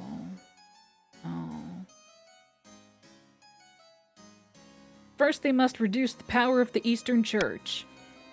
To advance their scheme, the Counts must lower their faith to 4 or less in 3 seasons. Congratulations, you've done that. And I currently have no heir. Ooh, Vladena is an ambitious vassal, Cardosa is a treacherous half-sister, and Tobias is a bastard offshoot, my goodness. Oh, okay. Yeah, give me Call for Unity. That's a good one. That's a good one to have. True. Oh, god damn it. Let's okay, do that. Why is there a new plague? Why is there a new plague? Oh no, it's the dancing again. South has been struck with the dancing plague. Why aren't you dancing?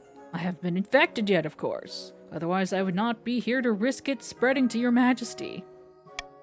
It affects everyone, even dogs and cats. Oh, God. Option A, quarantine the affected villages. This lowers trade. Option B, pass a law that forbids dancing. This raises authority, lowers stability, and raises defiance. Option C, let it be. How bad is dancing anyway? This lowers stability and farming, presumably for the patrician, or no, the grandees. Oh, man.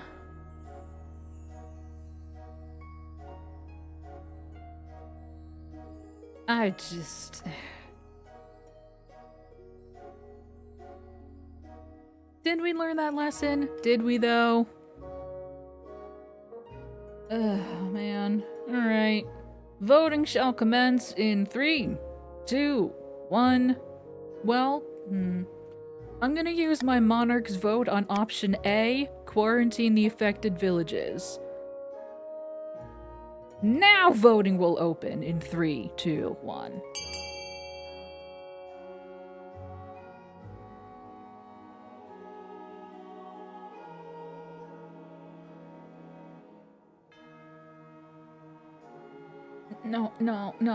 No. God fucking... This didn't work last time, and it won't work this time either.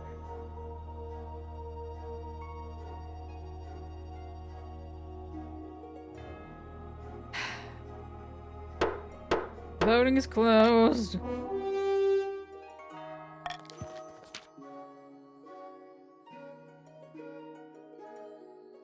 God damn it.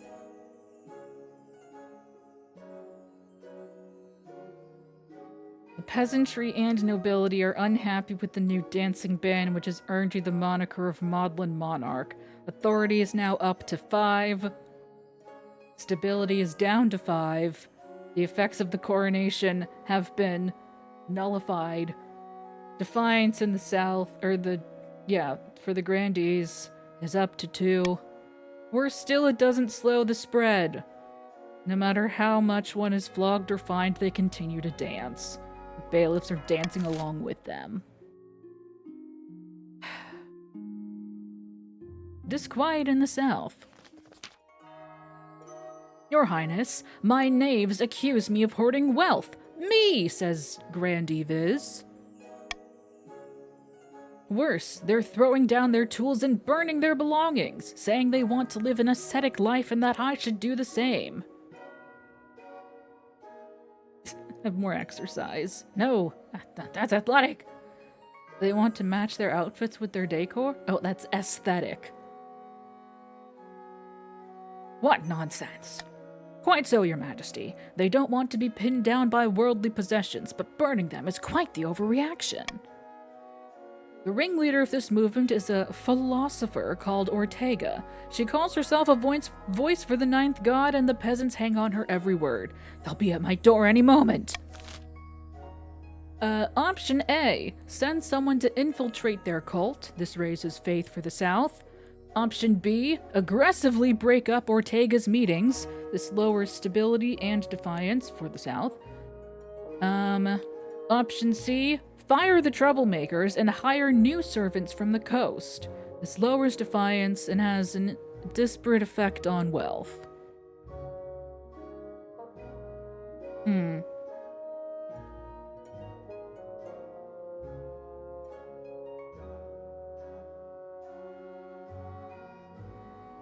I will allow the people to... Well, hang on. This is my last vote. This is because the last one is just me. I'll do call for unity just for funsies because I can. This gives me +1 stability if more than 50% of nobles vote for any one option. Oh, voting will commence through to...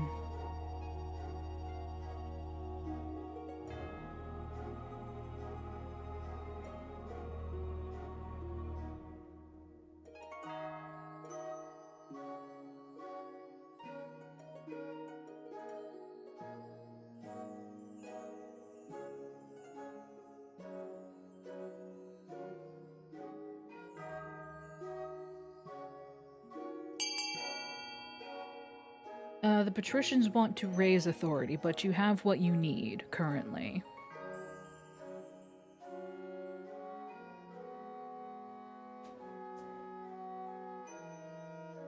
Is that everyone? Oh, no, it's not. There's... yeah, no, everyone has what they need right now. Voting is closed! Infiltration. Grandee Viz arranges for one of her few loyal servants to go along to Ortega's gatherings. You hope to hear from them soon. Stability is up to 6. Meanwhile, both rich and poor scramble to show off their devotion to the ninth god in the face of Ortega's surging popularity. Faith is up to 8. And now the honor god! As is tradition. Counts, Knights Order of the Drowned Rose, traditions with champion gladiators, and the grandees offer the fiercest battle nuns. Unfortunately, we can't recruit the southern nuns? There's been a major scandal. Some nuns went out drinking and broke their vow of silence to sing a rude song about hedgehogs. Sonic is pissed. They won't come to the capital until this blows over. You'll need to pick someone else. Oh dang. Well, shit. Fuck the battle nuns, I guess. Damn.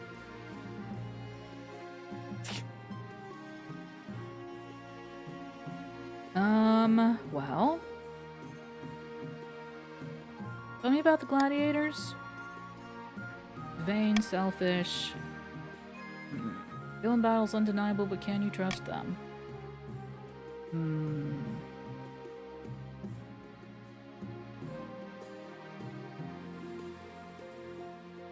Eastern Knights. I think we chose the Eastern Knights in the other file. We got foreign mercenaries. Costly. Oh boy. I mean, I could just not have an honor guard, and nothing could possibly go wrong.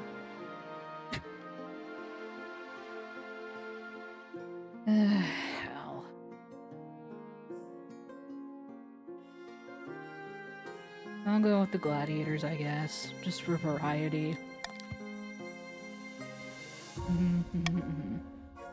Gladiators arrive a few weeks later. The men are bare-chested and the women underdressed, eager to show off their bodies as much as their weaponry. They gather behind your throne and begin oiling themselves up. Never mind, this was the best idea. This was the best idea. Good job, me. Oh boy, it's auction time!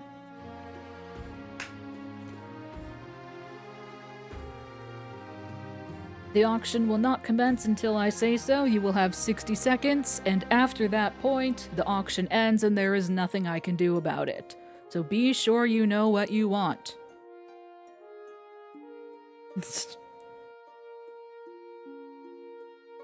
Option A is a grand bazaar for the counts that raises their trade by 1. Option B is an observatory for the counts that lowers their faith by 1. A reminder that you are trying to lower your faith, but you currently have what you need. Option C is an aqueduct for the grandees that raises their farming by 1. Which... Again, you are trying to raise your farming, but you have what you need.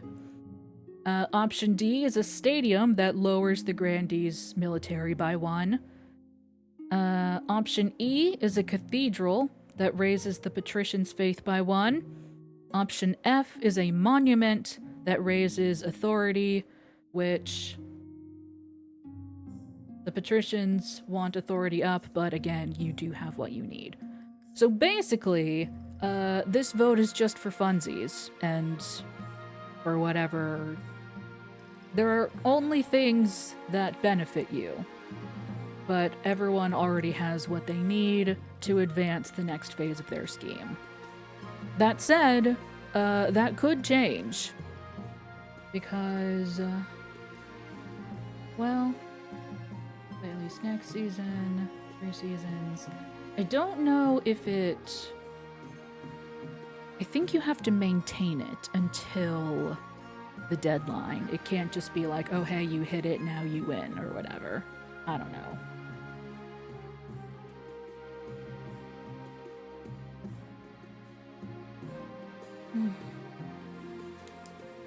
Okay. Thank you, Jab.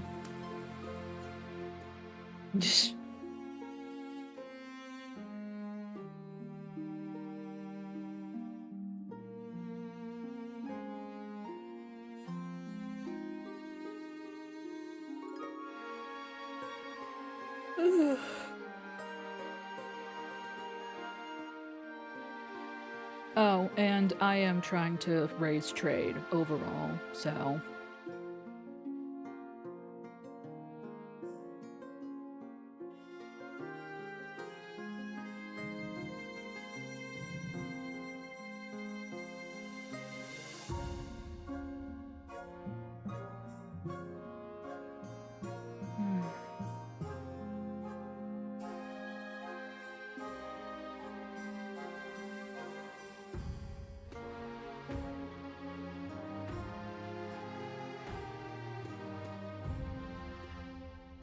Alright.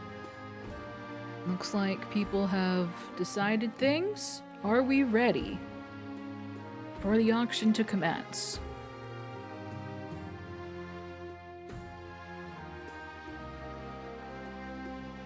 Auction will commence in 5, 4, 3, 2, 1.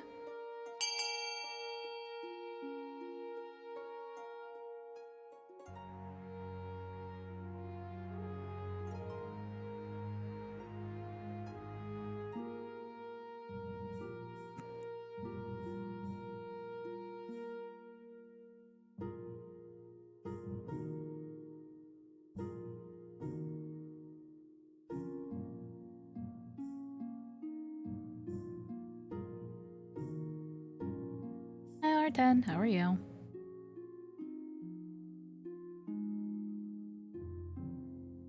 If you would like to join the game, you may do so by hitting !join, followed by your pronouns.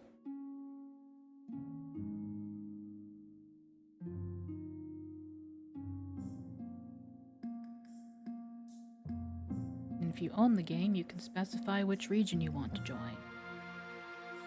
Oh, I didn't do time callouts, but everyone was pretty decided on what they wanted, so... Voting is closed! Farming for the grandees has gone up by 1, and faith for the counts has gone down by 1, thus further cementing your status as having what you need for your stuff and your things and your whatnot. Ah, no.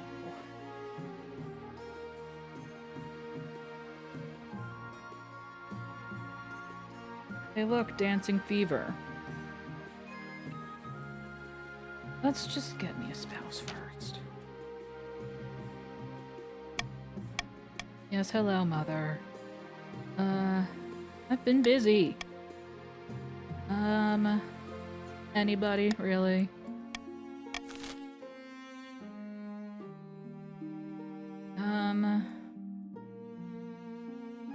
Dancing Fever. Grandee Viz stands before you, hopping frantically from one foot to the other as she speaks. The plague, Your Majesty! It's spreading! Why, I think I've been affected myself! You think I should do something about it, I assume? Yes! We'll dance ourselves to death! This may look fun, but trust me, it's anything but. It does, yes. And you participate in votes and such. It's streamer versus chat, and sometimes, and to a lesser extent, chat versus chat. But y'all are trying to dethrone me with your various schemes and such. Option A. Order the nobles to hide in their castles to wait it out. This lowers stability, authority, and trade. Option B. Hire a wizard to sort it out. This lowers the treasury by 2,000. Option C. Infect the nobility as a show of solidarity. This raises defiance and lowers stability.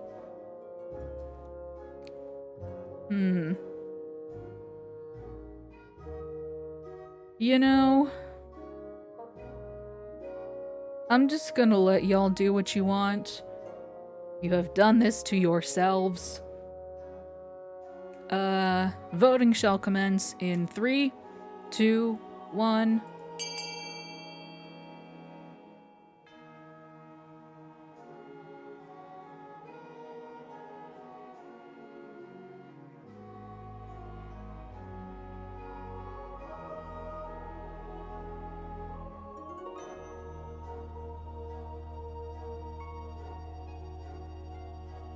And now that it's impossible to change otherwise, I will remind you that option A would have put me further away from my ambitions coming to fruition. Voting is closed! Unanimously hire the wizard. Waiting for the wizard, you wonder if your foot tapping is impatience or infection.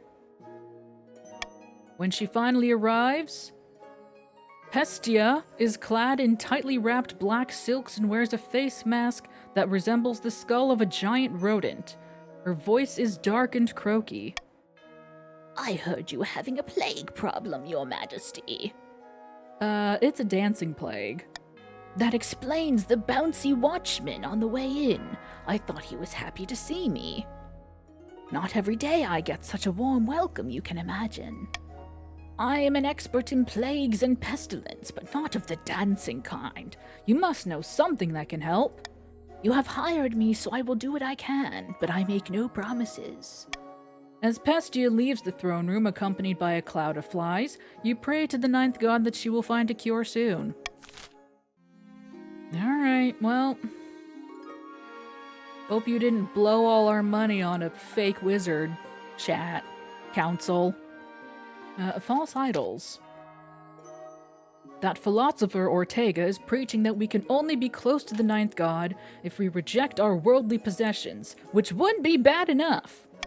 She's also performing miracles. Excuse me. My spy saw her heal a woman's broken arm with a single touch. Cure an old man's blindness. That's probably fake. Whatever we might think, the peasants believe in her. More of them flock to her barn every day as rumors of miracles spread. Option A. The church should perform better miracles and lure Ortega's followers away. 60% chance of success based upon faith. Option B. Send inquisitors to stamp this out once and for all. 40% authority check. Option C. Ortega's just a healer. Let her carry on doing good. This raises defiance and stability and lowers authority.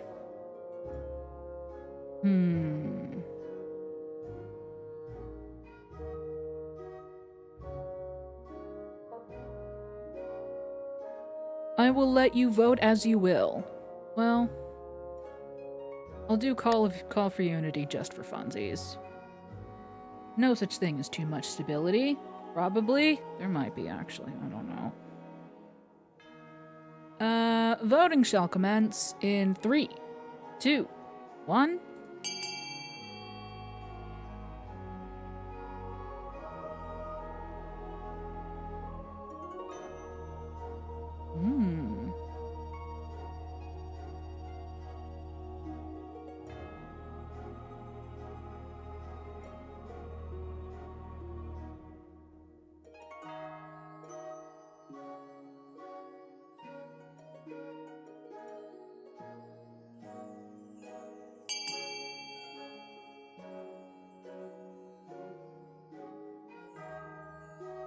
Okay. Is that everyone?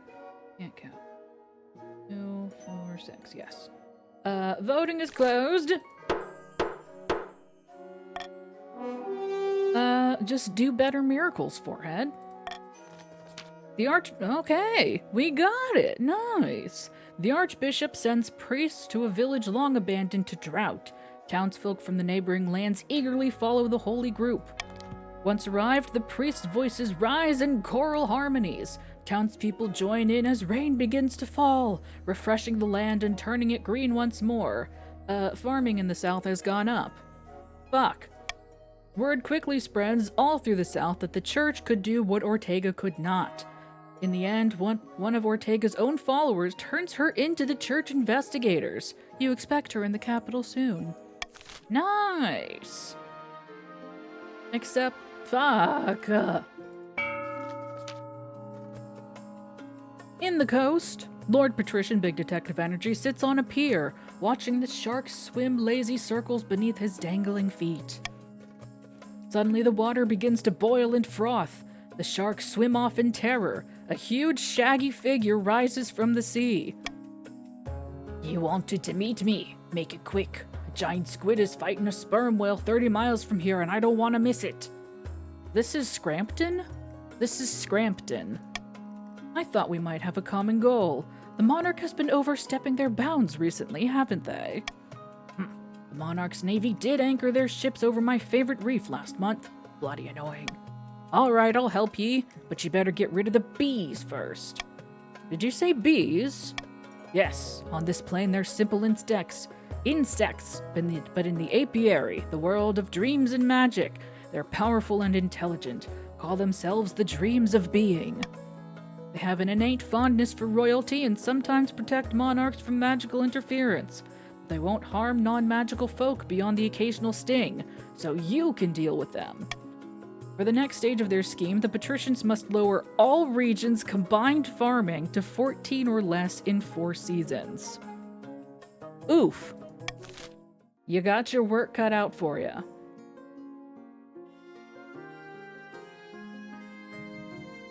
It's fine. Once the grandees do their thing in 2 seasons, they don't have to worry about farming anymore, and it'll be fine probably. Or you can just, keep raising farming. That works for me. Patricians get 500 wealth. The other nobles get 200.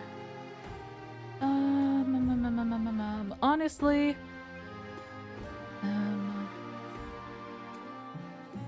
you are a grandee, and you were trying to raise farming. You currently have what you need, and then some. So, in 2 seasons, 2 seasons, your scheme will move to its next phase, as long as you may. Honestly, hiring that wizard was kind of expensive. And the patricians just, they got some extra money. It'll be fine. Yeah, it'll be fine. That wizard was expensive, y'all. She better be worth it. Yay, taxes! Oh god, no, not again. Not the crystal pox again.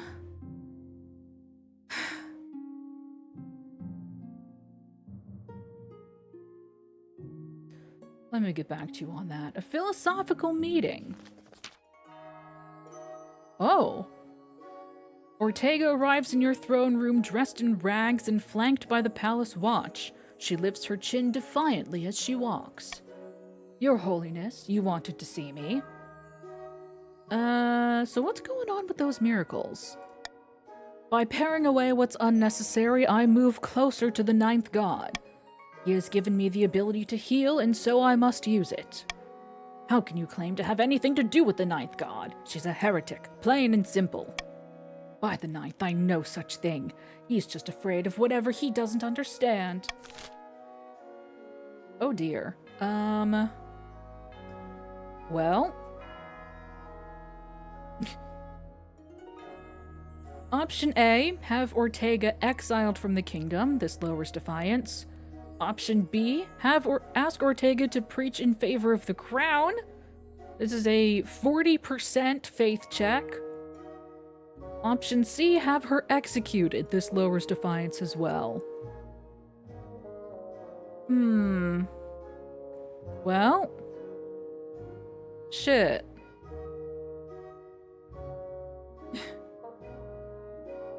Yeah, I think I know what y'all are gonna do. I don't like it, but voting will commence in 3, 2, 1.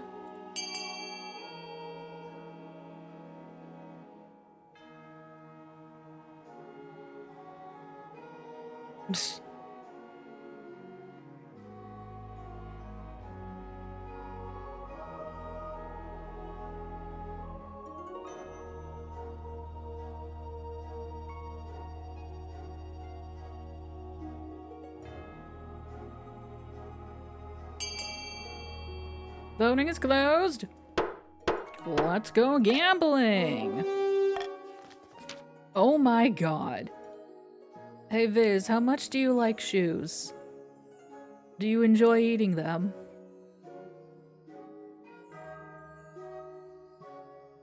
I'd be delighted, Your Holiness. You may be what the kingdom needs to push us closer to the ninth. Faith challenge succeed.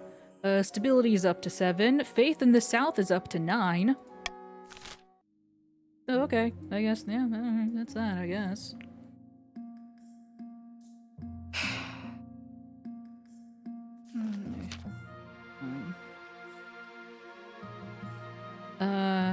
And partner for life to have and hold.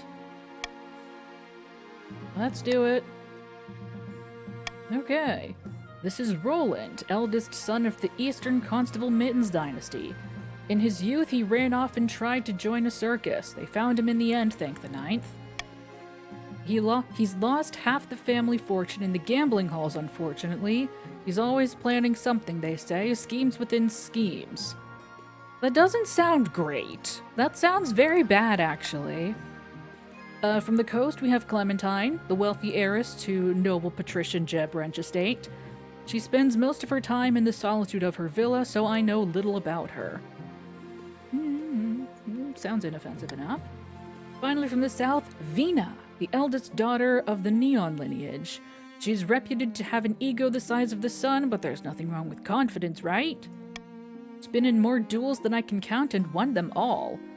She's been involved in several high-profile affairs over the years, major scandals. I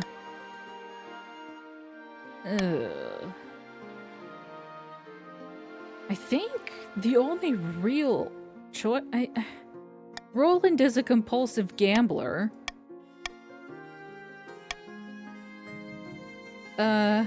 Vina is scandalous. In a bad way.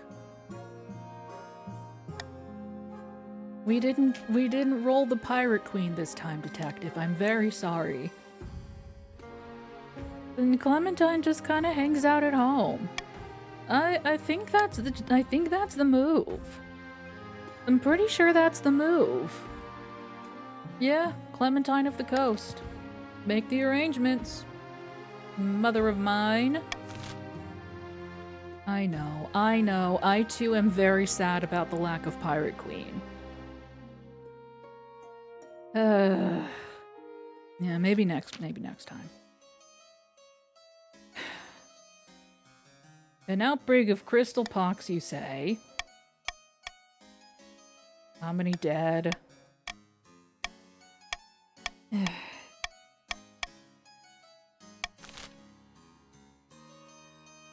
Alright. Option A. Spread the crystal pox and harvest the gems. This raises defiance, lowers farming, military, faith, and stability, raises the treasury by 3,500. Option B, do nothing. This lowers farming, military, faith, and stability, increases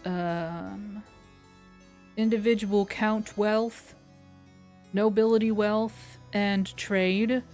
Option C, quarantine the East. This lowers trade, stability, and farming and has a disparate effect on nobility wealth.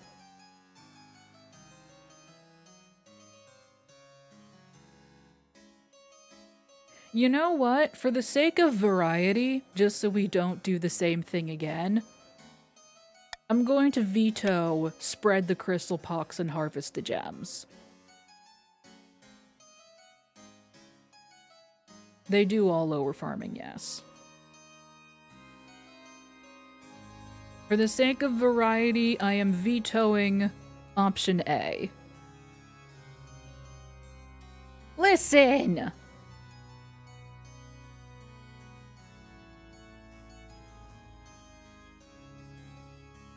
I just don't want to do the same thing twice. I'm a content creator. I'm creating content. Voting will commence in 3, 2, 1.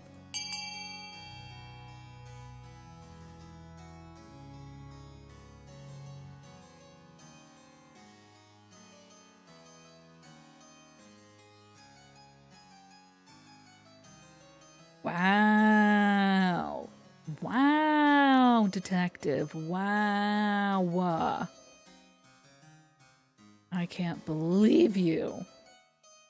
Cannot believe this insult.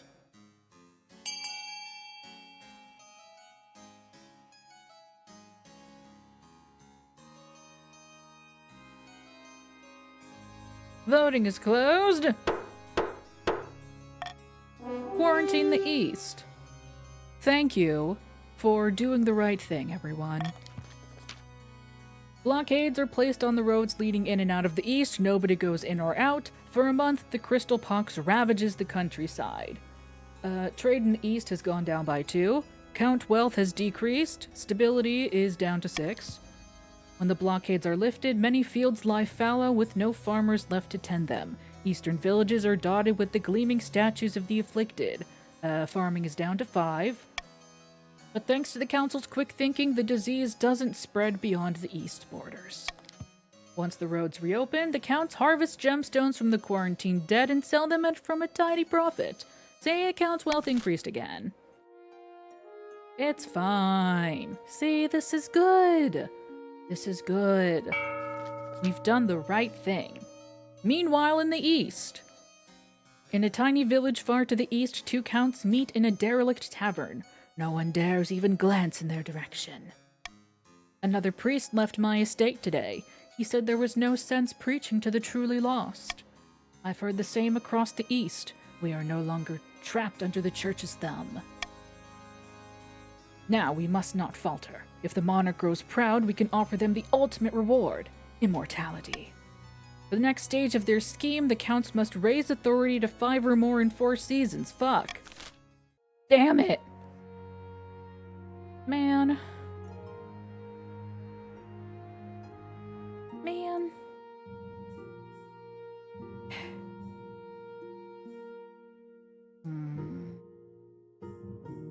I'm good with this.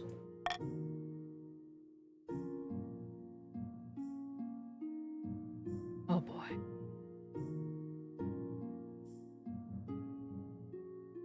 Nice.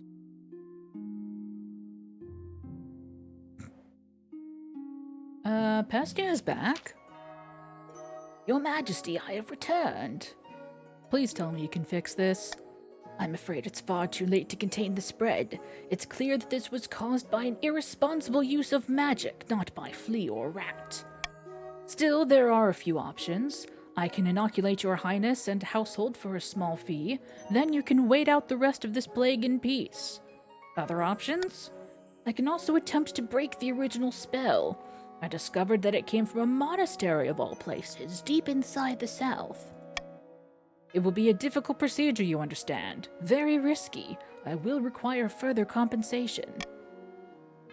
Oh boy.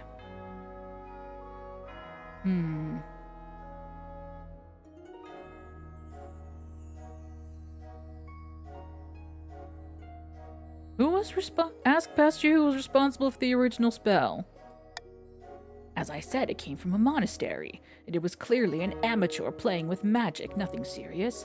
Probably a nun who was jealous of her sisters. Imagine that! A dancing nun.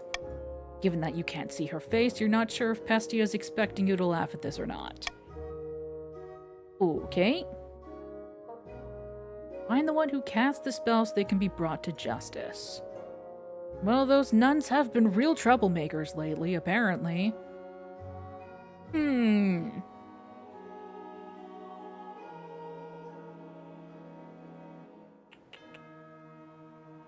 Grandees, how you doing for what? Honestly, that's not too much. That's not too expensive, you know?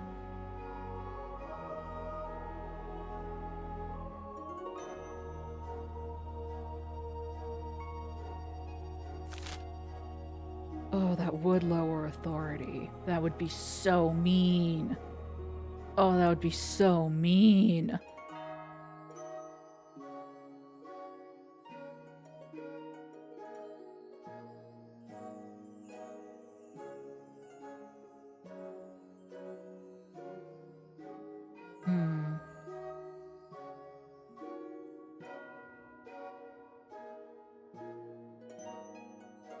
Wait!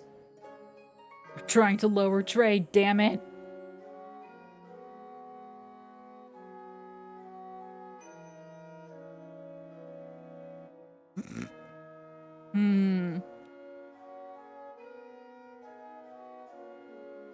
You know what?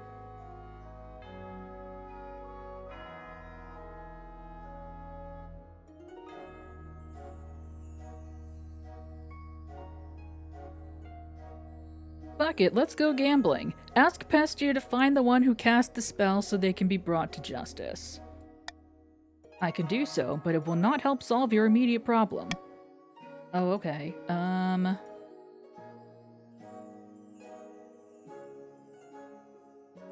We can afford it. Break the spell. Yeah. Yeah, no, this is fine. This is fine. This is so fine.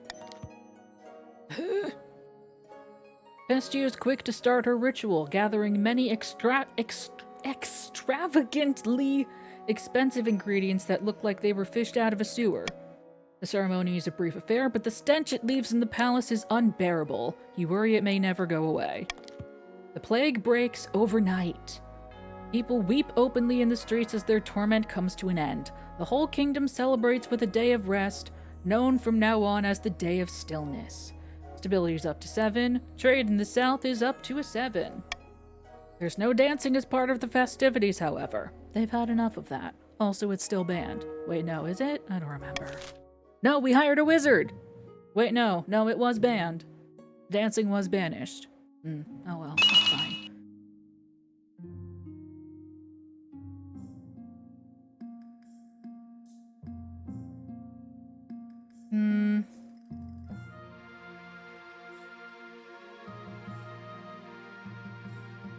Am I ignoring that? Should probably refill my water. Honestly, it's a good enough time for it. I will have to do it all manually because all my buttons are still broken. Or are they? No, they're definitely still broken. Yeah, no. Well. Hush you.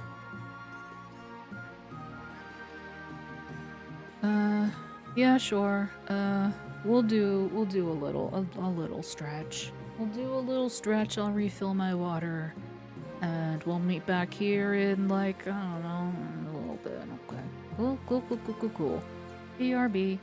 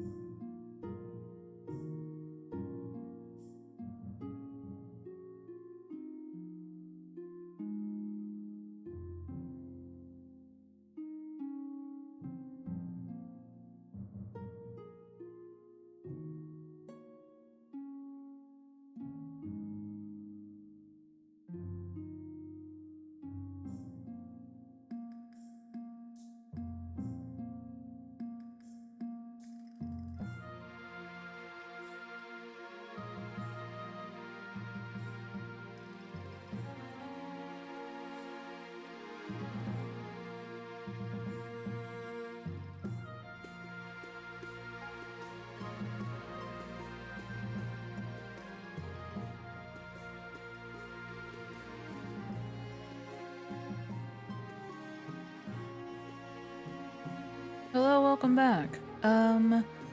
Risk Player, 123, and the Grim Reaper. The Grim Reaper, 960. Thank you both for following. Appreciate it. Hang on one sec. Getting there. Getting there.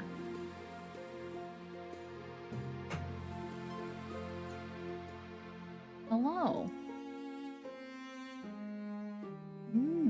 You have joined the patricians. How do you not have a mask? Isn't that required? Sorcery.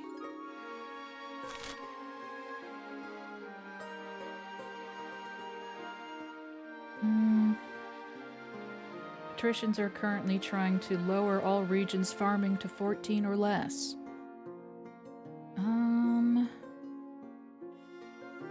Anger from the church, you say? Your Majesty, about that troublesome philosopher Ortega, I must protest you allowing her teachings to run unchecked. And her miracles are unorthodox at best. How can we allow what is effectively witchcraft to flourish in our ranks?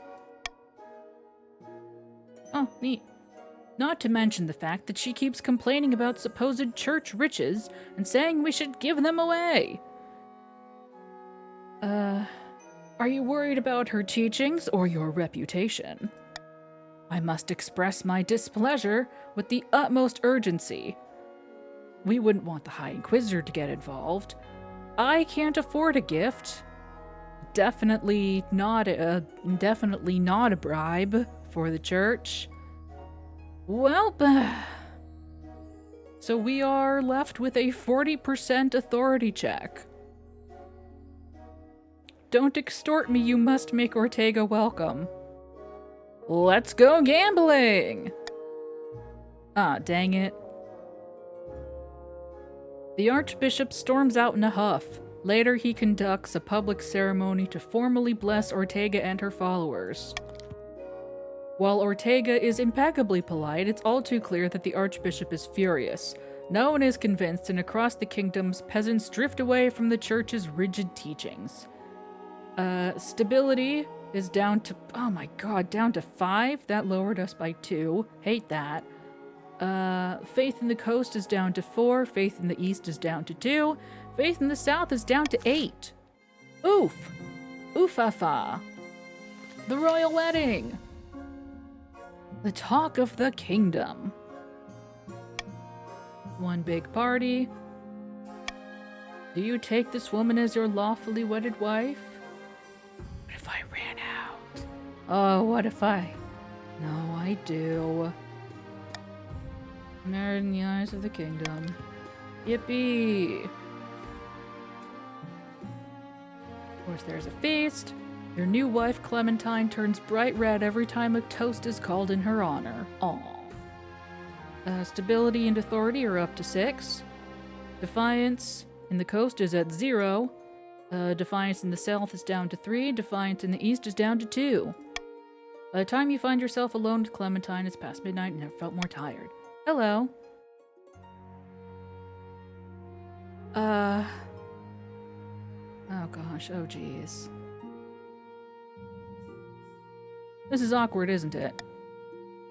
Oh no, I was trying to break the ice, but I think I just made her nervous. I'm sorry. Clementine, you both lapse into strained silence. Clementine gulps back her wine. I can see you need some space right now. Yes, indeed. I think that would be good. Thank you. Sorry. You head to the spare bedchamber, leaving Clementine alone. She'll open up to you eventually, right? I hope so. I really do. I want her to be happy here. Meanwhile, in the south, the prophesied Ninth Herald has finally manifested on Celestath, taking the form of a humble noble known as Cardosa, who hails from a farming town in the southern hills. Or so the grandees claim. Ha-ha! Peasants all over the south are flocking to you, Cardosa. I knew you could do it. Plentiful crops have been a significant boon to our economy. Now that's what I call a miracle. Trade is up to 8. Thank you, grandees. I appreciate it. Praise be! But this is just the beginning. With him on our side, we will capture the minds of the common folk and lead a holy crusade against the false monarch. People still need a push, however. With just the right amount of chaos, the peasants will take up arms and die for you. Grandees must lower stability to 4 or less. Well, good luck, except don't. I don't wish you luck at all, actually. Okay. You trying to raise authority? You're raising authority, right?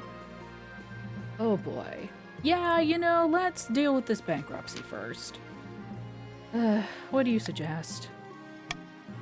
Bank loan. Yeah, just make more coins.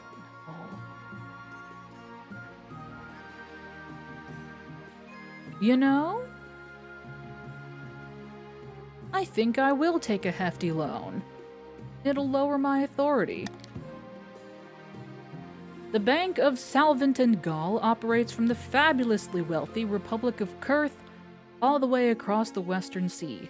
They assure you, however, that they maintain total independence from the Republic. The banker they send to take your signature has delicate hands and sharp teeth. He watches as you put pen to paper, eyes glittering. You're making an excellent decision, Your Majesty. You shall pay us back with 25% interest in 1 year. Saddling the kingdom in debt isn't great optics, but you had no other choice. Yeah, that'll be fine. Unlikely culprit. Ooh, this is the... Yeah. Here is your witch. She's the one who started the dancing plague. Please, Your Majesty, I didn't know what I was doing. It was those nuns, see? They were always making fun of me, and all I did was pray to the 9th god to make him a bit more jolly, I swear. What do you make of this, Pestia? Don't waste my time. I am a wizard, not a judge. I am only here to fulfill our agreement. The council will decide your fate, witch. Option A. This woman is a dangerous heretic and must be arrested. This raises authority and lowers defiance. Option B. An honest mistake. She may go free. This lowers authority and raises defiance. I have the opportunity to do something really, really funny here. Oh, I have the opportunity to do something hilarious.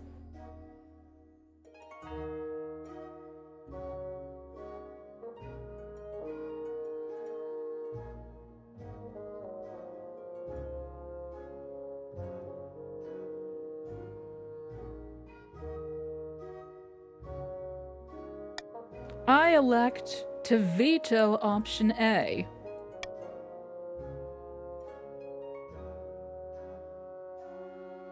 Thus lowering my own authority.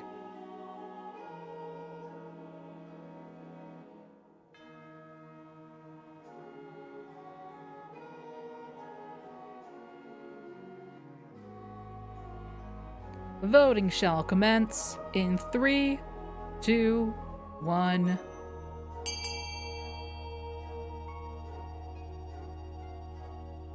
It's really funny. It's very funny.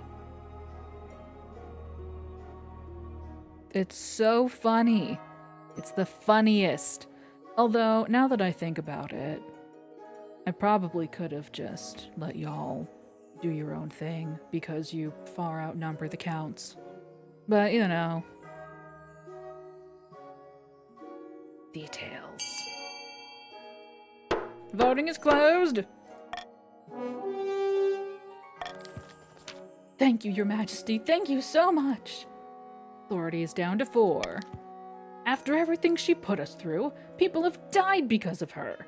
Defiance is up to 4.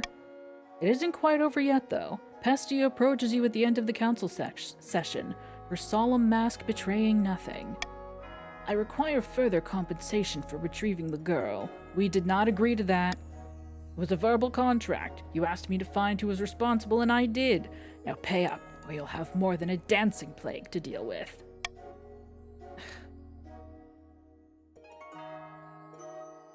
1,000.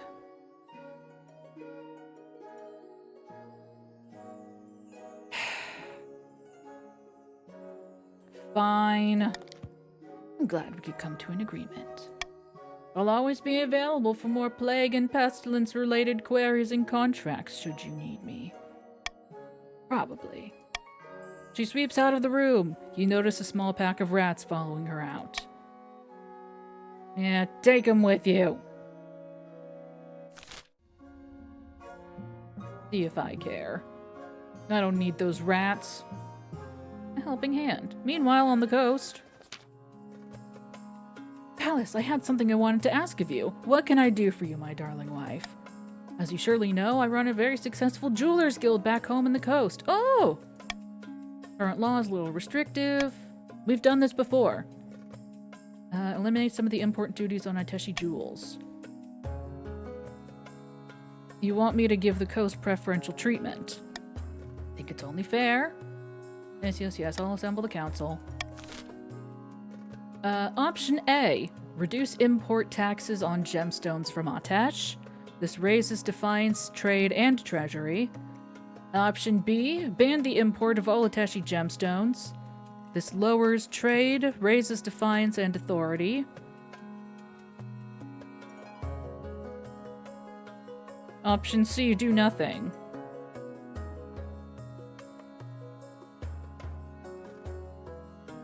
I'm gonna put my Monarch's vote on option A. Reducing import taxes. Yeah. Guys, you want to support my wife, right? The queen? You want to support the queen? This means so much to her. Please, pretty please. This means so much to her. And it helps the treasury. It'll help us pay back our loan from the foreign kingdom.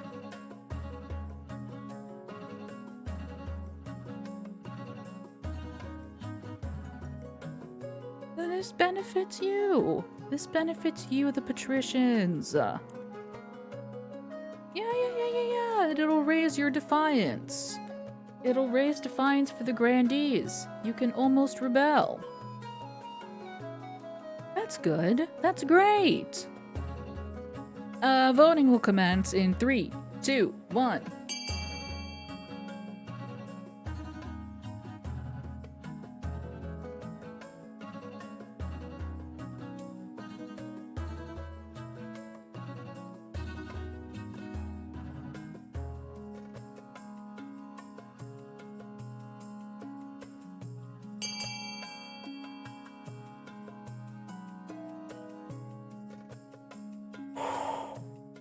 Voting is closed. Voting is tied. And as the monarch, I will support my wife. There you go, honey. The other regions are outraged by the clear nepotism that's taking place, but Clementine pays them no mind. As profits pour in, she even shares a portion of the income with the treasury. Defiance has gone up in the east and the south. Trade in the coast is up to a 9. Treasury's gone up by 1,000. Nice! Dude. My wife is so happy with me. I'm getting laid for sure. This is good for everyone! Oh, it's auction time! Yippee! See, y'all can get back at me for the auction. You all can get back at me for this. It's fine. It's fine. It's fine. Okie dokie. Option A for the auction is a grand bazaar for the Couts. That raises trade. Option B is a monument that raises authority, which is what the Counts want. Option C is a prison that lowers stability, which is what the grandees want. Option D is a thieves guild for the grandees that lowers their trade, which is kind of what all of you want. Option E is a cathedral that raises faith for the patricians. Option F is a deer park that lowers farming for the patricians, which is what you want. I will leave you to discuss Your options, because you have exactly 60 seconds and there is nothing I can do about it. Discuss.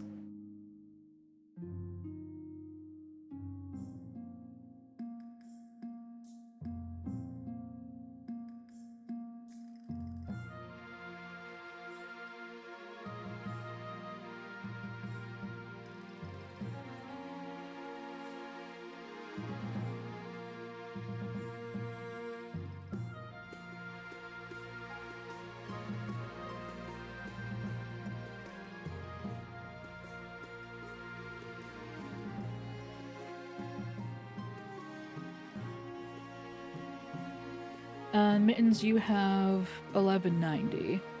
1190. Yeah, if anyone needs me to read out how much they have, I can do that. My head is blocking it on screen, but you can also see it on the widget. Oh, right. Yeah. Very small over there, though.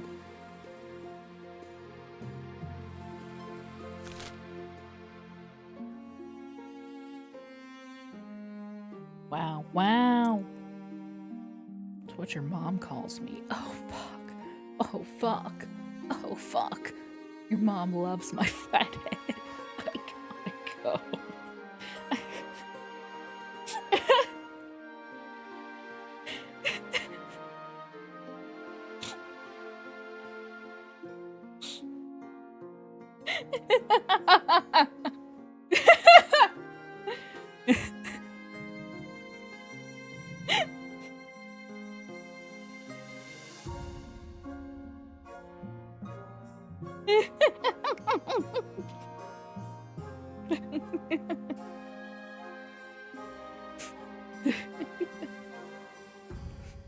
Alright, how are we doing for the auction?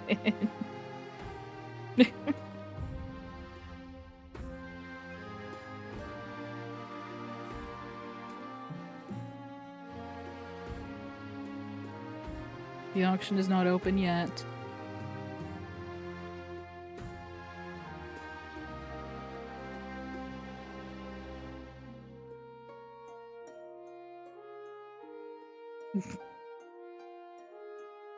Okay.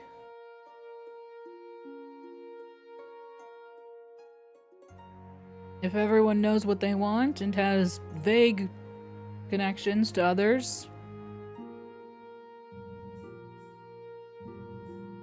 then the auction will commence in 5, 4, 3, 2, 1.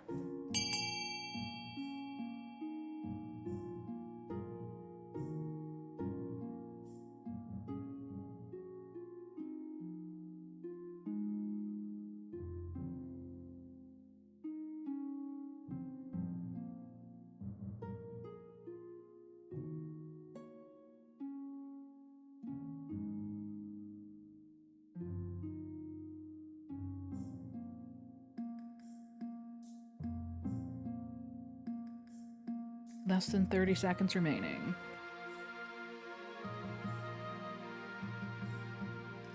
90 seconds.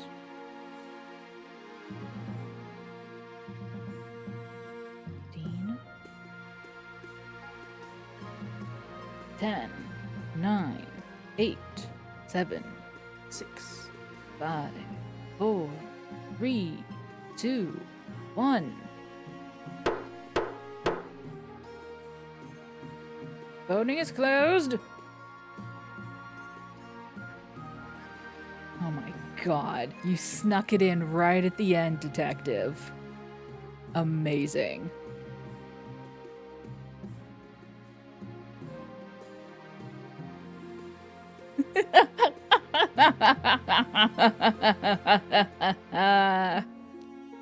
Incredible.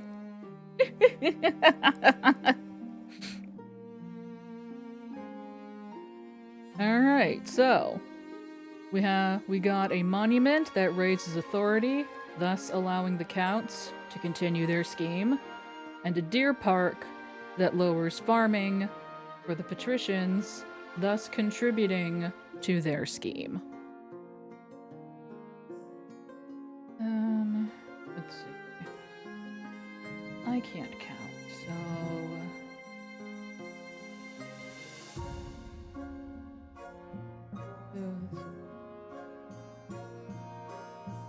16? Thank you.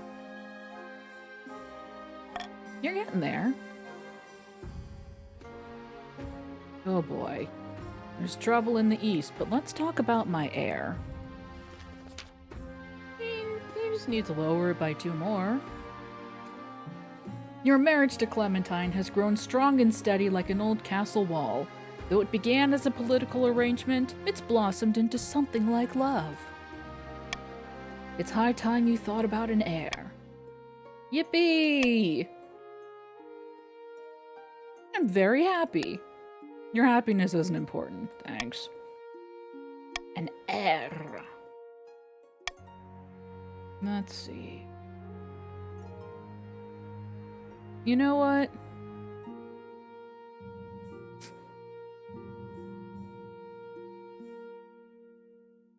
I mean, it would be awfully difficult for the two of us to conceive, but, you know, by the grace of the ninth god, somehow we will have a child together. Yippee. The ninth god will bless our Sesbian Lex, and we will have a child. Yippee!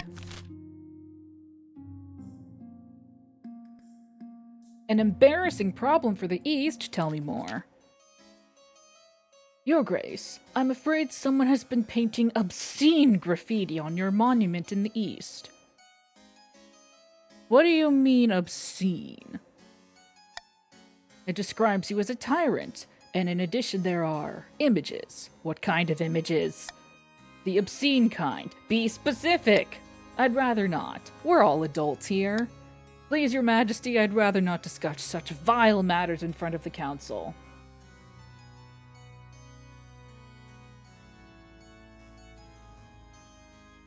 Give me details! Images of the obscene kind! Use your imagination! We need to track down the perpetrator. You're becoming a laughingstock in the East. When you call the council to gather, some of the nobles whisper behind their hands, stifling giggles. Countess Constable Mittens was right.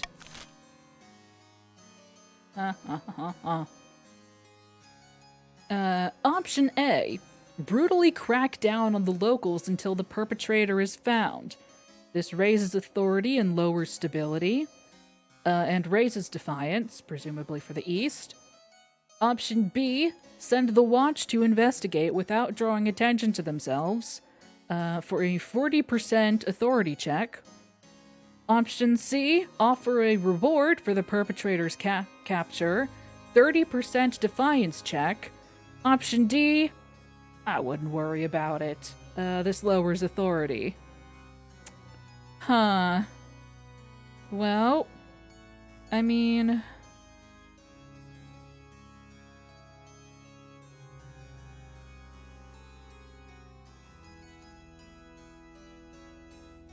I am going to utilize my call for unity. +1 stability if more than 50% of nobles vote for any one option.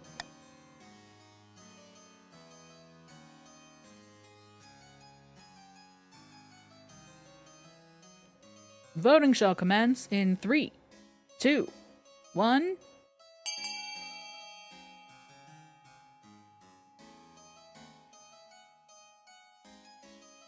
A split council.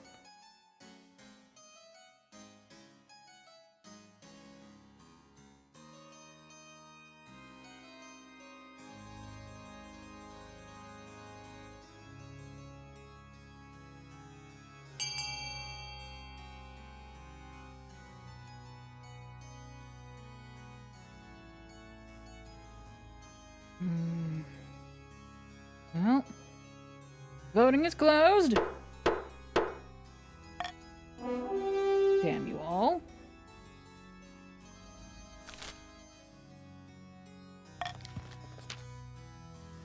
Your soldiers from the local village, shouting and kicking people storm the local village, shouting and kicking people until they get the answer they're looking for.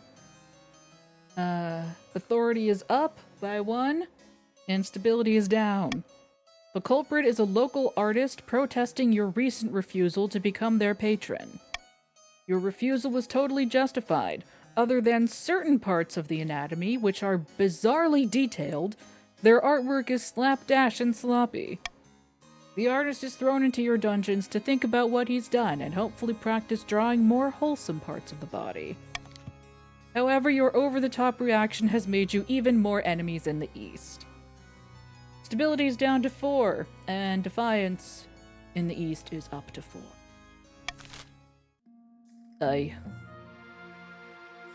Missing nobles in the East. Your esteemed highness, a number of patricians have gone missing in the East. They traveled to Count Matthew's estate to negotiate a trade agreement, but they should have returned weeks ago. The missing patricians never even made it to my lands. They most likely got lost. The East is a dangerous place. Anyone I care about? 3 patricians are missing. Noble patrician Jeb, Florian, and noble patrician Risk Player. Where could they have gone? Just north of my estate lies the Mold Patter Forest. To the west, the Twilight Lakeland, and to the south, Ilarian's Haunt. I like to live remotely. Does wonders for the soul. I'm certain this is some kind of a ploy by Count Matthew. In a few months' time, he'll quietly offer us a ransom. Blood and stars, don't be so foolish. We'll find them. We just have to decide where to focus our efforts. Oh boy. Option A, the Mold Patter Forest. Option B, the Twilight Lakeland. Option C, Ilarian's Haunt. Option D, nowhere. Count Matthew will instead be executed for abducting them. I'm going to veto option D.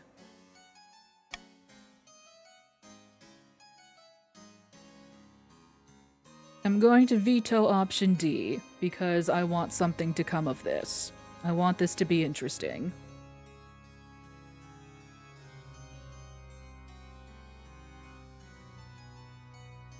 It would be so easy to just execute Matthew.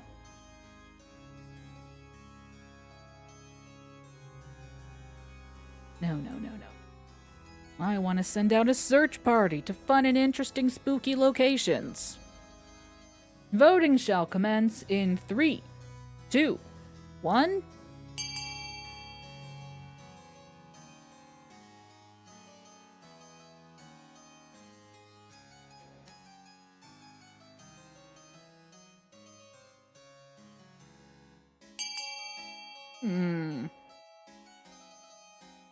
Alright. Voting is closed.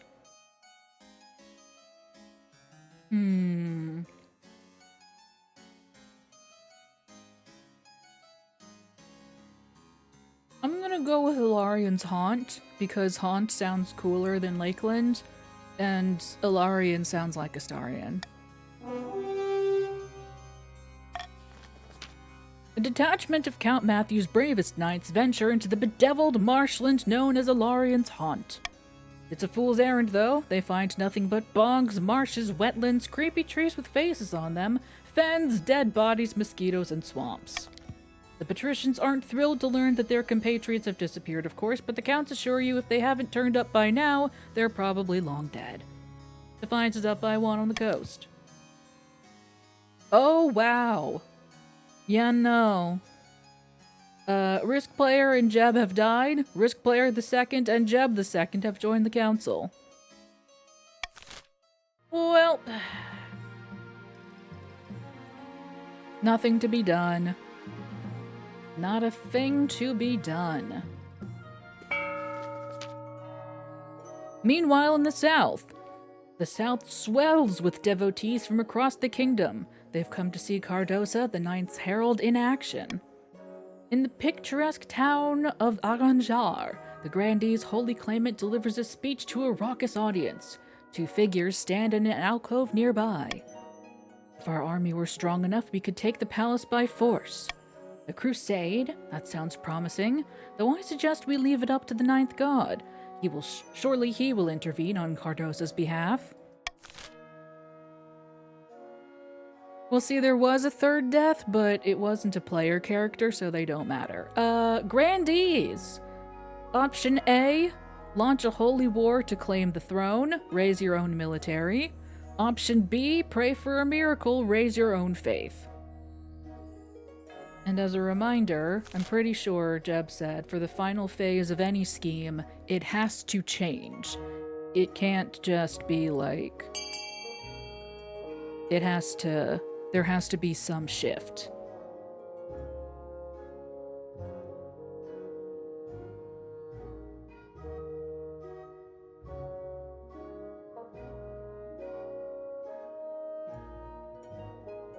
Voting is closed! Pray for a miracle. Let us join in prayer, fellow grandees. The end of Monarch Palace's illegitimate, godless rule is upon us. Our claimant Cardosa is poised to take the throne and usher in a new golden age. We need only wait for a miracle. Grandees must raise their faith to 10. My goodness, that is a miracle. Meanwhile, meanwhile on the coast... Along the coast, Lord Patrician Big Detective Energy is visiting the wizard Scrampton in his cliffside tower, built of knotted coral and seashells. The Dream Queens still rule over the apiary, as powerful as ever. You failed me. Please, just give me a few more months. By the 9th, I won't let you down. Cease your whining. Just get it done, or I'll grow barnacles on your bones. Lower all regions combined farming to 14 or less. Oh boy, taxes! The counts get 500, nobles get 200.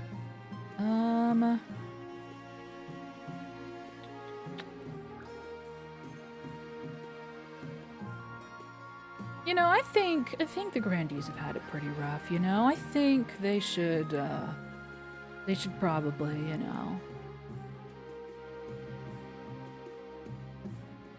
They should have a little something, you know? You know? And maybe the patricians get a little... You know, the patricians are doing very well, actually. Patricians are doing so good.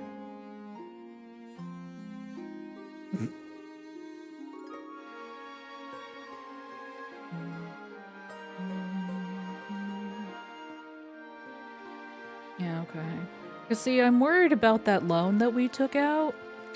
So, you know. It's a concern of mine.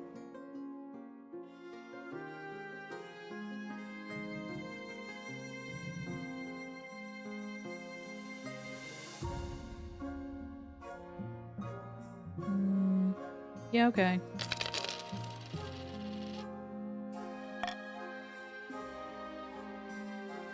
Oh dear.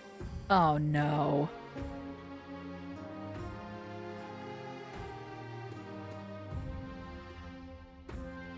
A new trend, huh? Chat?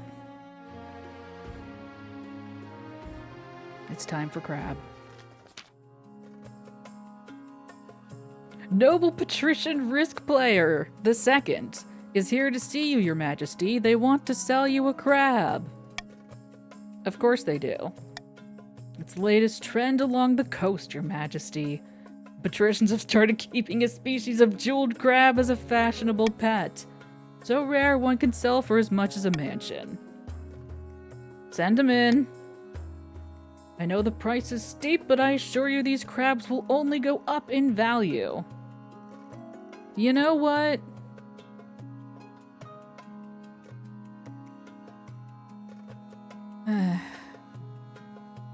Give me a box of crabs.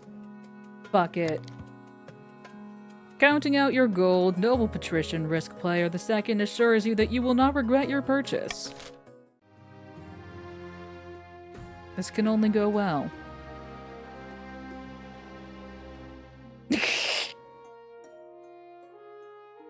Prying eyes. Your Highness, you are of course the greatest monarch of this century. Why, thank you.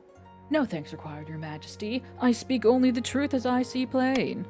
But your power could be even greater. Death comes for us all, but what if it didn't have to? What if you could be the greatest monarch for all millennia? What are you saying? Simply that there are opportunities for your reign beyond what you may have imagined, Your Majesty, and I believe you are strong enough to take them. I can arrange more meetings so that we may discuss this matter further. The door bursts open. Ah, so she got to you first. No matter. The Counts have agents everywhere, and they've been building up your strength, but there's something more sinister afoot. Their ultimate aim is to recruit you into a cult of immortal blood drinkers. Hold on, you didn't tell me I would be a vampire. Hang on, wait a minute, you might have a point. Hang on. What a tale. All we want is to help the Monarch. They have been helping me a great deal. Countess Constable Mittens shoots you a quick smile. The High Inquisitor looks furious. That's not what I meant. This is heresy of the highest order. The Council must know. Option A. Force the Monarch to officially refuse to join this cult. This lowers authority. Presumably thwarts your scheme. At least a little. Option B. Prevent the Counts from seeking private audiences with the Monarch to delay scheme for 1 season. Option C. Leave the Counts to their business.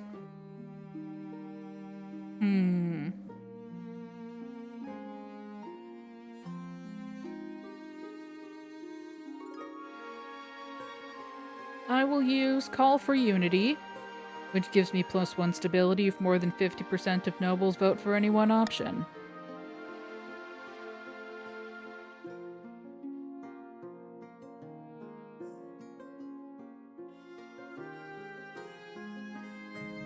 I should veto C, but I am worried about what else might be on the horizon.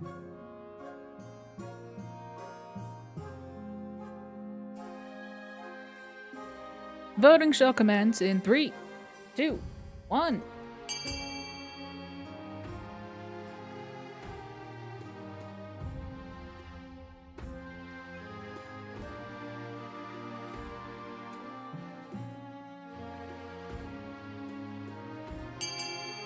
Well, shit. Voting is closed. I guess it's nothing. Must have been the wind. The High Inquisitor storms off to her chambers, but there's nothing more she can do against the Counts. Hey, thanks for the stability. Tithe trouble. Tithy trouble. Your Highness, I've come to submit a complaint about the patricians of the coast. Lately, they've been neglecting their tithes. What's a tithe? All the patricians are obligated to donate 1/8 of their monthly income to the church, if they want to stay out of the 7 hells when they die, that is. I'm not a debt collector. Who do you think the common folk will blame if the church starts failing? Me? No, Your Highness. They'll blame you alone. Especially if I tell my priest to spread word that she refused to help a holy man in need. Go away, you irritating old fart.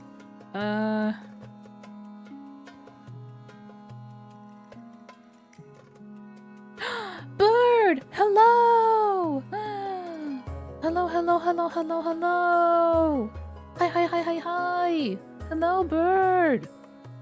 You can join if you want.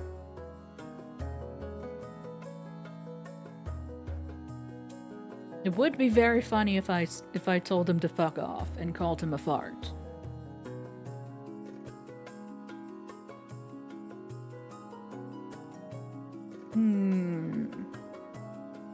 Yes, you can use !join followed by your pronouns if you wish to participate in votes and such.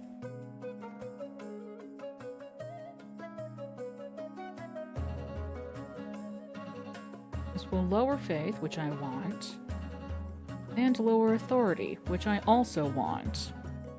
Join the game! You would join the council.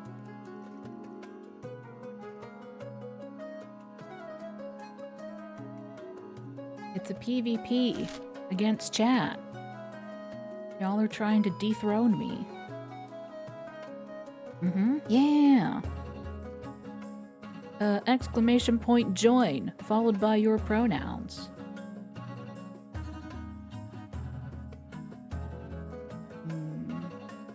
You know what? Heck this guy. Go away.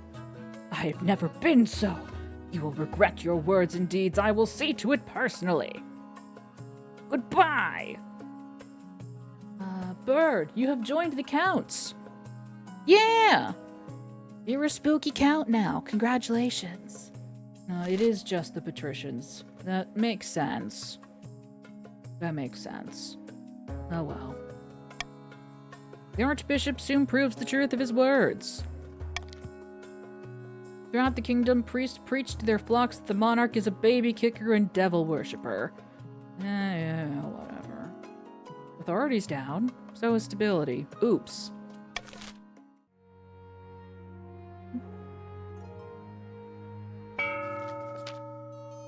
Meanwhile, in the east. While playing a game of chess in an austere castle, 2 counts of the east discuss their schemes against the crown. How exquisite! The monarch is drunk with power! But I was thinking, should we really show the monarch the true secrets of our group? I thought that was the point. Immortality and all that. Yes, but those secrets are meant to be, well, kept secret. What if we pulled the wool over their eyes? Alrighty, Counts of the East. Option A. Plan a false immortality ritual for the monarch that will kill them. Your goal is to lower your own defiance. Option B. Induct the monarch into the real secret society of immortal blood drinkers.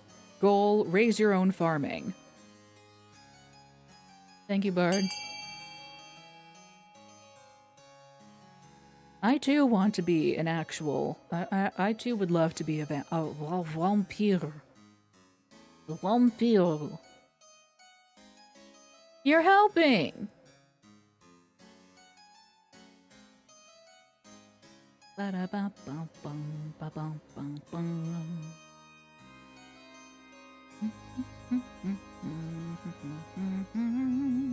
many?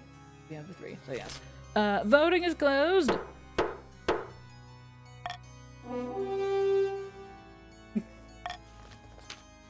Very well, we must prepare for the ritual. Yes, I'll begin appeasing the spirits of the soil, but first we must enrich our lands. By the blood of the dead, it won't be long now. For the final stage of their scheme, the Counts must raise their farming to at least 7. My goodness. By next season, oh boy. Let me see.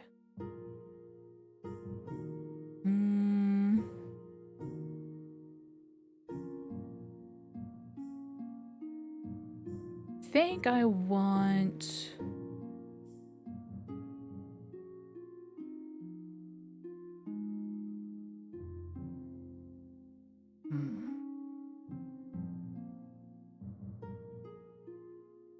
Okay. I think I'm good with what I have.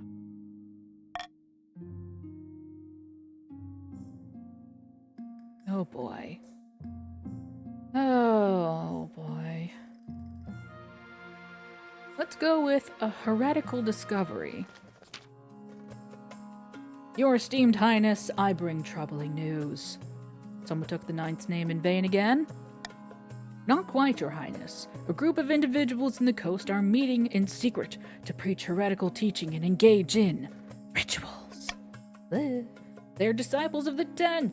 They believe that one day a prophesied 10th god will save us from the apocalypse that the 9th is setting in motion as we speak. Dangerous nonsense! Regrettably, I require the Council's permission to launch a proper investigation, otherwise my inquisitors would have destroyed the cult before it had the chance to spread. Well, I can't give you my express permission. I assume faith isn't high enough. Or maybe authority. I don't know.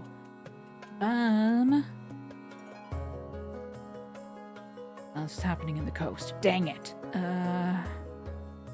Yeah. I mean, we can vote, I guess.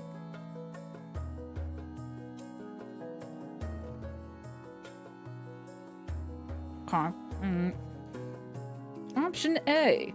Send inquisitors into the coast to investigate the cult. This raises faith in the coast and lowers stability overall.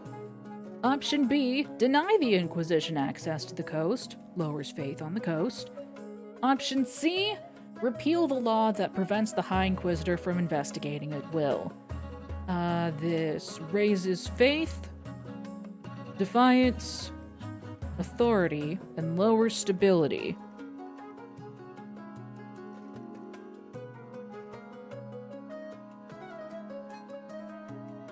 I will use my call for unity. That gives +1 stability if more than 50% of nobles vote for any one option. Voting shall commence in 3, 2, 1.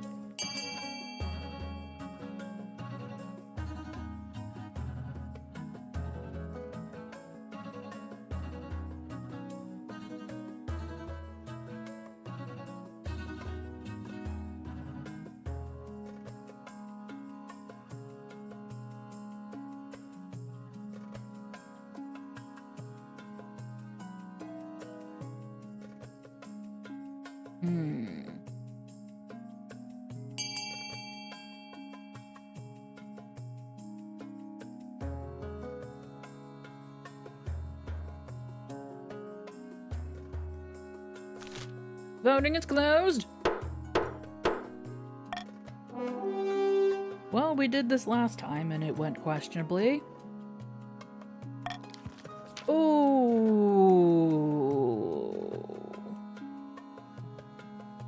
Oh, that's bad. That's not good.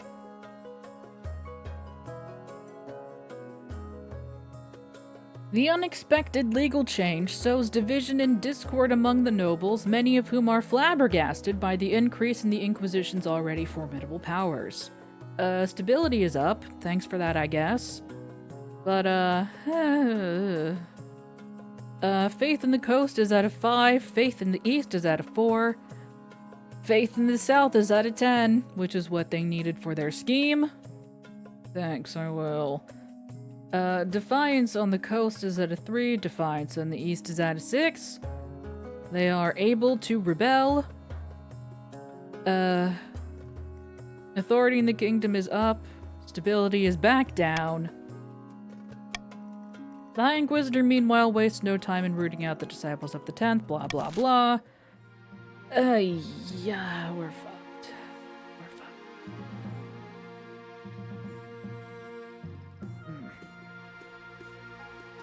This is bad. This is quite bad, actually. A ghoulish problem. Your Majesty, we are having terrible problems in the East. The people have lost faith in the Ninth God and churches are being left to crumble. Without priests to perform the rites, the dead are rising as ghouls from their abandoned crypts. There have been 9 attacks in the last week alone. Hey, what's a ghoul? A restless corpse, seeking vengeance upon the living. Ghouls can be raised by necromancers, but can also arise naturally when a recently dead body is forgotten by its family and left unattended by priests. We must remind the Eastern folk that they are lost without the Ninth to protect them, especially once they've passed. Let's see.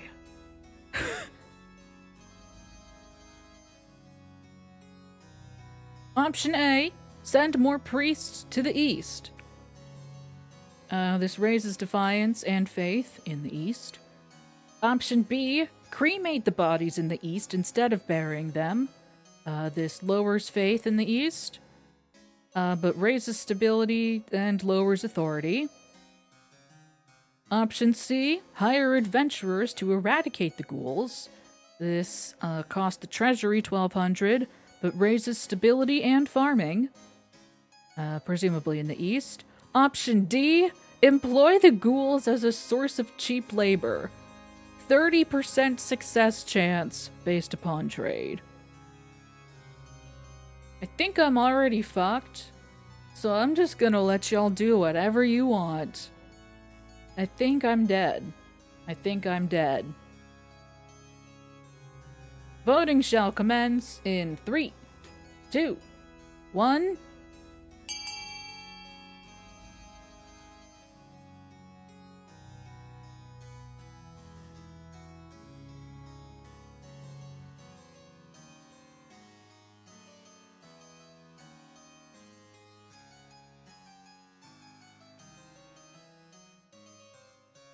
Why didn't birds focus?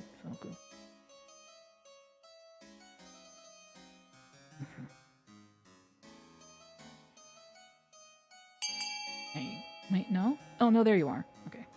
For some reason, because your name is green, I thought you were a patrician.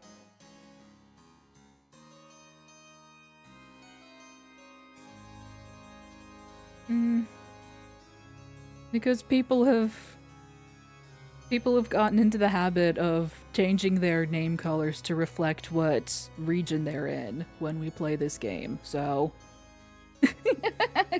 I was like, oh, where's Bird? That's thanks. Is that enough people to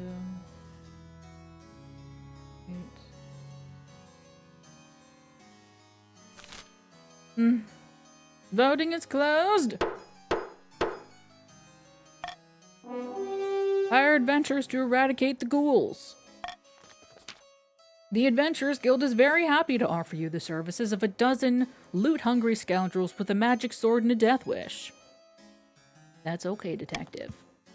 Fear not, your majesty. We'll put those rotten bastards back in the ground. Oh, you're cute, though. I like this adventurer. Treasury is down to 1,000. The adventurers are as good as their word. They carve up so many ghouls that the farmers use the corpses as compost, and soon the east is quiet once more. Stability is up to 5, and farming is up to 6. Yeah, no, that adventurer was real cute.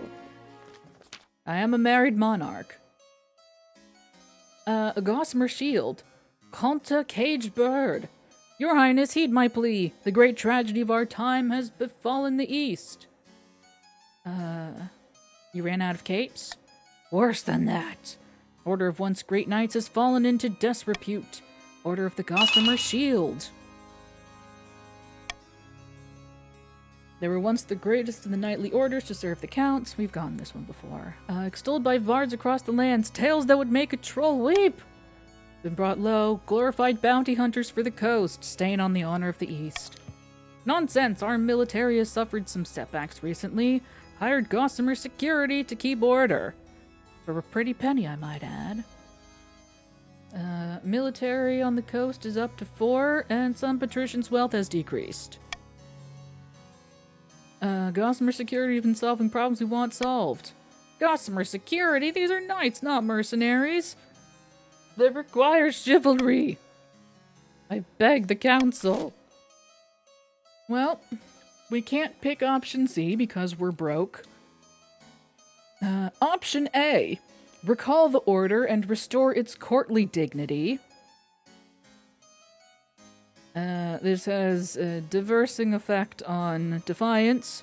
It lowers stability, lowers nobility wealth by 300, and lowers farming. Option B, invest in Gossamer security to help protect the coast. This further drains the treasury by 600, has a diversifying effect on defiance and trade.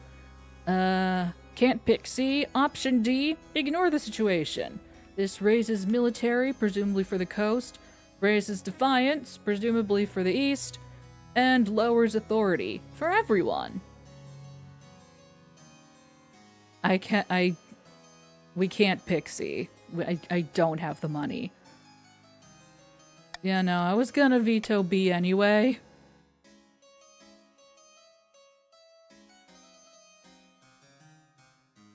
I can't afford that shit. You kidding me?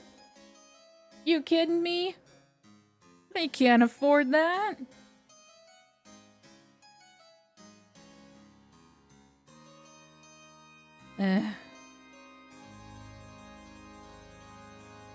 The voting shall commence in 3, 2, 1.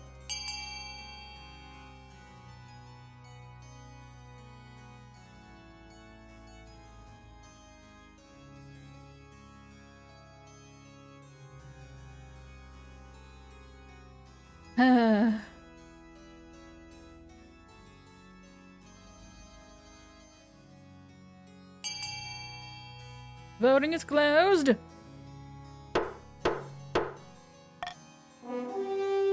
Fuck it. Not my problem. The Order of the Gossiper Knights remain happy mercenaries in the coast, enjoying the spoils of their labor. Slowly, the patricians rebuild their garrisons. Military on the coast is now at 5. But the counts are not happy. Oh no, some openly complain about you, and rumors start going around about your unwillingness or inability to preserve tradition. Defiance is up to an 8. My authority is down to 5. I feel as though all of this is for naught, because I think I'm about to be deposed.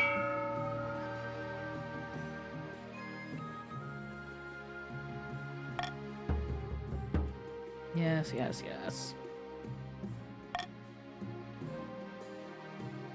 A sign from the 9th god. Your great and holy highness, the standoff with the grandees is becoming untenable. How do I make it tenable? I do have a proposition, in fact.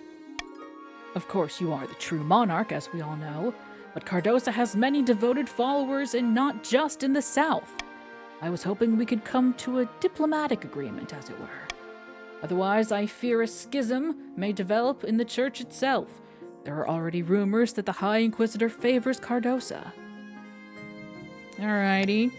I've arranged for a meeting between you and this herald. It would be held on holy ground within St. Bertrand's Cathedral itself.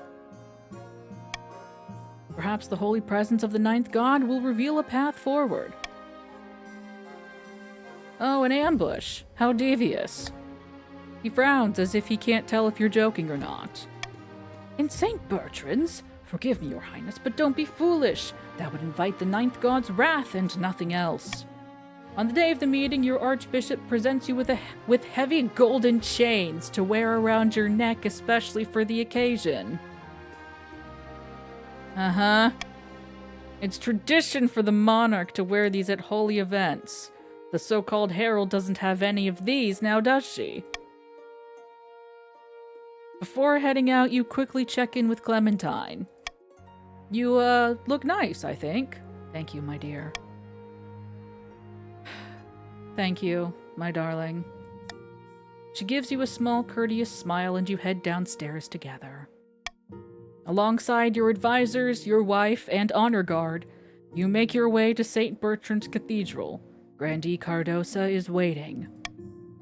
We gather here today under the guiding light of the 9th god to mend this rift that has so damaged our kingdom, not since the trials of... I'm as pious as any grandee, but can we skip to the important part? Yes, have at it, we haven't got all day. The archbishop clears his throat. I invite noble Cardosa to the pulpit to speak on the grandee's behalf. Thank you, your holiness. Heckle her. Boo! Boo! Let her speak. As the archbishop said, we're here to come to an understanding. That is, to receive the 9th god's wisdom and understand his will, whatever that might be. Even the monarch themselves can agree to that, surely. Wait just a minute. What's that noise? Sounds like the groaning hull of a ship in a storm. The groaning quickly becomes an explosive rush as the sound of a giant barrel bursting startles the assembled nobles. It's St. Bertrand's Brewery, the massive facility right next door. A tidal wave cascades through the stained glass windows of the church. A tidal wave of beer. Oh no. Before anyone can react, the room is awash with pungent alcohol. The sheer volume is enough to thrash people against stone walls or carry them out of the front door and down the street. My wife! Where is my wife? The absurdity is overwhelmed by raw terror. You fight to keep yourself above the thrashing waves and avoid taking in too much liquid. The sign we were looking for! The ninth god has struck down the non-believers before our very eyes! A miracle! That's when you realize that the Grandees are all seated in the gallery above the central hall, completely safe from the flood. Their claimant, too, standing majestically on top of the raged pulpit, is unharmed. They planned it all along! But your shouts come out as gurgles. More and more lager floods into your lungs. The weight of your massive golden chains pulls you beneath the waves. It's not long before your limbs tire and your lungs burn. You can only pray that Cardosa and the rest of the Grandees have an even worse time ruling than you. Your final thoughts are a doomed realization that drowning in beer isn't as pleasant as it sounds, followed by an acknowledgement that there are worse liquids. Mercifully, you lose consciousness before the river of alcohol carries you into the sewers. Unhappy hour. You were killed by an unlikely miracle. Congratulations, Grandees. In what became known as the Thirsty Fellows' Miracle, Monarch Palace and all their supporters were drowned in a flood of beer from a nearby brewery. The attempt to woo Scrampton to the coastal cause was doomed to failure. Eventually, the wizard, bored of these mortal squabbles, fed Lord Patrician Big Detective Energy to a kraken. With their plans in tatters, the counts retreated to their castles to brood. Their olive branch was rejected, the secret of eternity that they had garnered for eons. They would not be so kind again. The Grandees swept happily into the sudden power vacuum. After all, hadn't the Ninth sent a miracle to ensure that the most holy Cardosa took the throne? Even the other nobles found it hard to argue. Monarch Palace, the unfortunate. Man, my wife didn't do shit. My wife was innocent. I hope my wife was okay. My wife was maybe pregnant. I don't know. Again, we wouldn't, I mean, well, apparently the ninth god wasn't on our side, so our Sesbian Lex would not get us an heir. But you know what?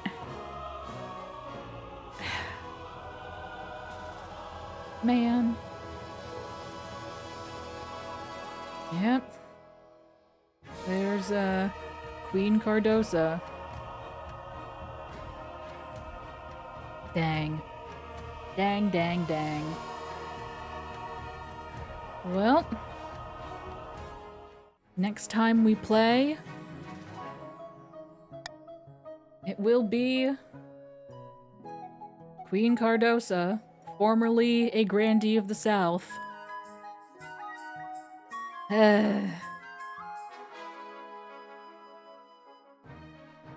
Dang. Dang, dang, dang. But, yeah, this is fun. This is very fun. I am gonna have to call it here because I already kind of wanted it to be a shorter stream. But, you can probably hear my voice going. I need to get some rest, get some hot chocolate. Thank you all for joining me tonight. This is fun. This is very fun. It's a good time. I enjoy fighting you all. Oh, hot chocolate. Yeah. Yeah. We'll be back next week, same palace time, same palace channel. We could play more of this. We could do more of this. This is very fun. This is very fun. And I can think of no better way to, well, yeah, to send me off, I suppose. Then, a nice fun game with chat. where we all come together and kick my ass. Yippee. Now, yeah, 2 weeks. 2 weeks. The 16th. The 16th is my final stream for the foreseeable future. Prepare all your heartfelt goodbye speeches for the 16th. I wish I was moving to France. I'm going to college, Burb. I know. I'm moving into my dorm the following week.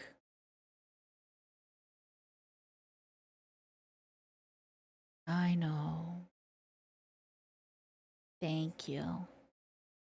I am excited to get out of this house. I've been in here for far too long. Thank you, Bird. No, this is like, this is like Blue's Clues. Y'all remember when Blue's Clues, when, was it Steve? Steve went off to college and his cousin or whatever, Joe, took over? Y'all remember Blue's Clues when Steve went off to college? It's like that. Yeah, cats. Yeah. Don't worry about it. Yeah, I remember that.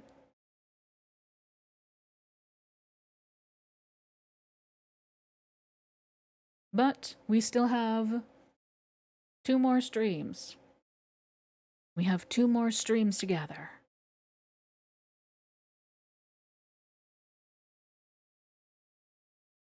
I don't remember that, detective.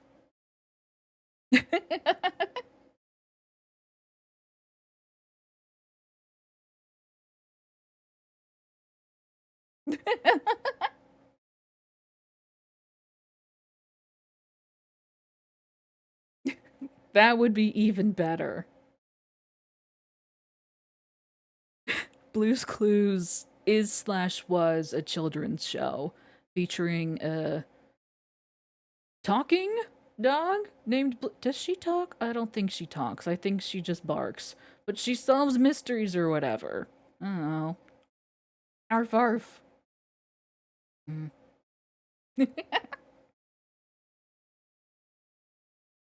And magenta. Yeah. I thought Blue was a girl. I don't know. Bark, bark, bark. Yeah! Defying gender norms! We love that for them. We love that for them. We just got a letter. We just got a letter. Wonder who it's from. Iconic. Iconic. Hang on. This is important. Joshua Dela Cruz. Hmm.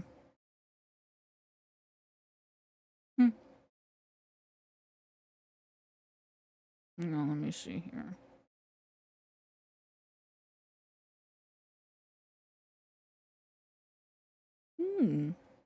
That's fun. Anyway.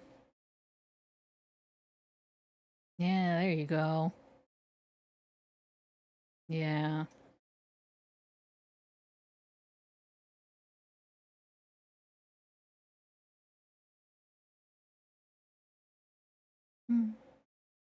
Yes. And even then, it will not be a goodbye, it will be a see you later. Ah, did you all hear that? That was my jaw popping. Ah, what the hell? Mm. Ah, it sucked.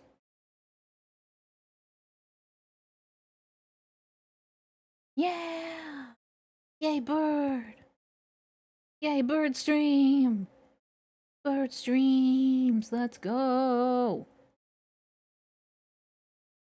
Yeah! I believe in you! Where's the body, Wishbone?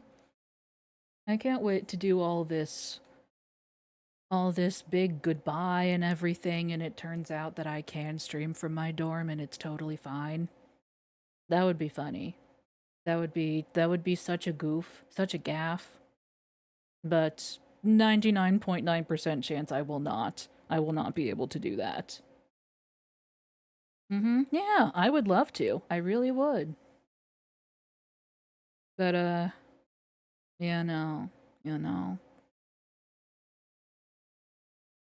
Oh, neat. Between having a roommate that probably wouldn't appreciate me hooting and hollering all night on a Saturday, and dorm internet probably not being up to streaming standards. There is an Ethernet port in our room, but yeah, who knows? Yeah. Yeah.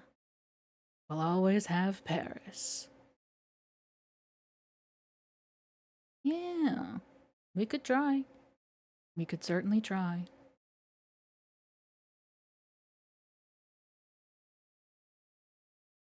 Mm,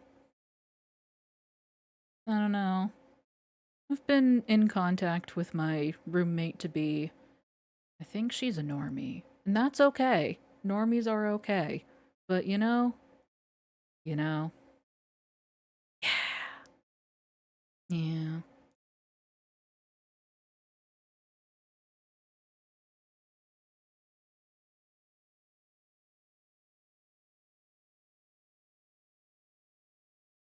But yeah. And I've mentioned it before, but it is worth mentioning again. She is bringing her emotional support cat to the dorm with her, and I'm very excited. I'm very excited to be around a cat that doesn't hate me for no reason. Yeah! So exciting. So very exciting. Kelly. I am also concerned, however, that I might need to do something about my keyboard because I don't know if y'all know this.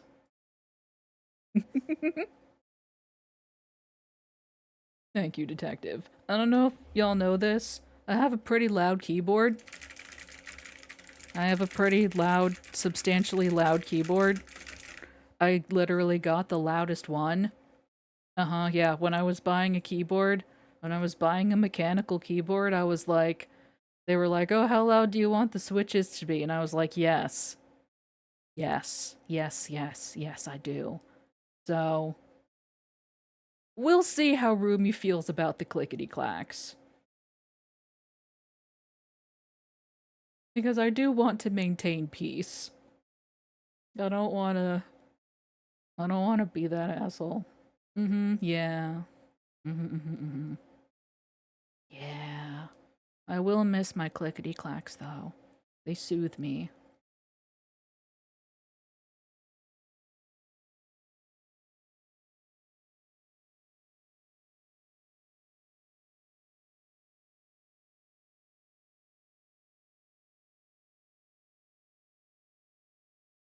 Hmm.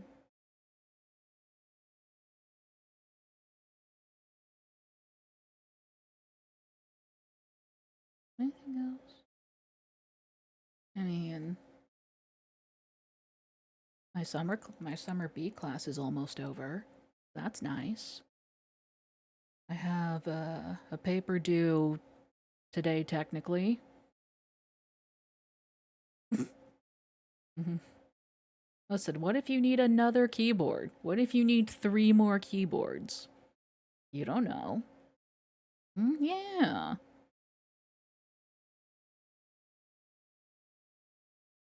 I have a paper due today technically that I have like half written.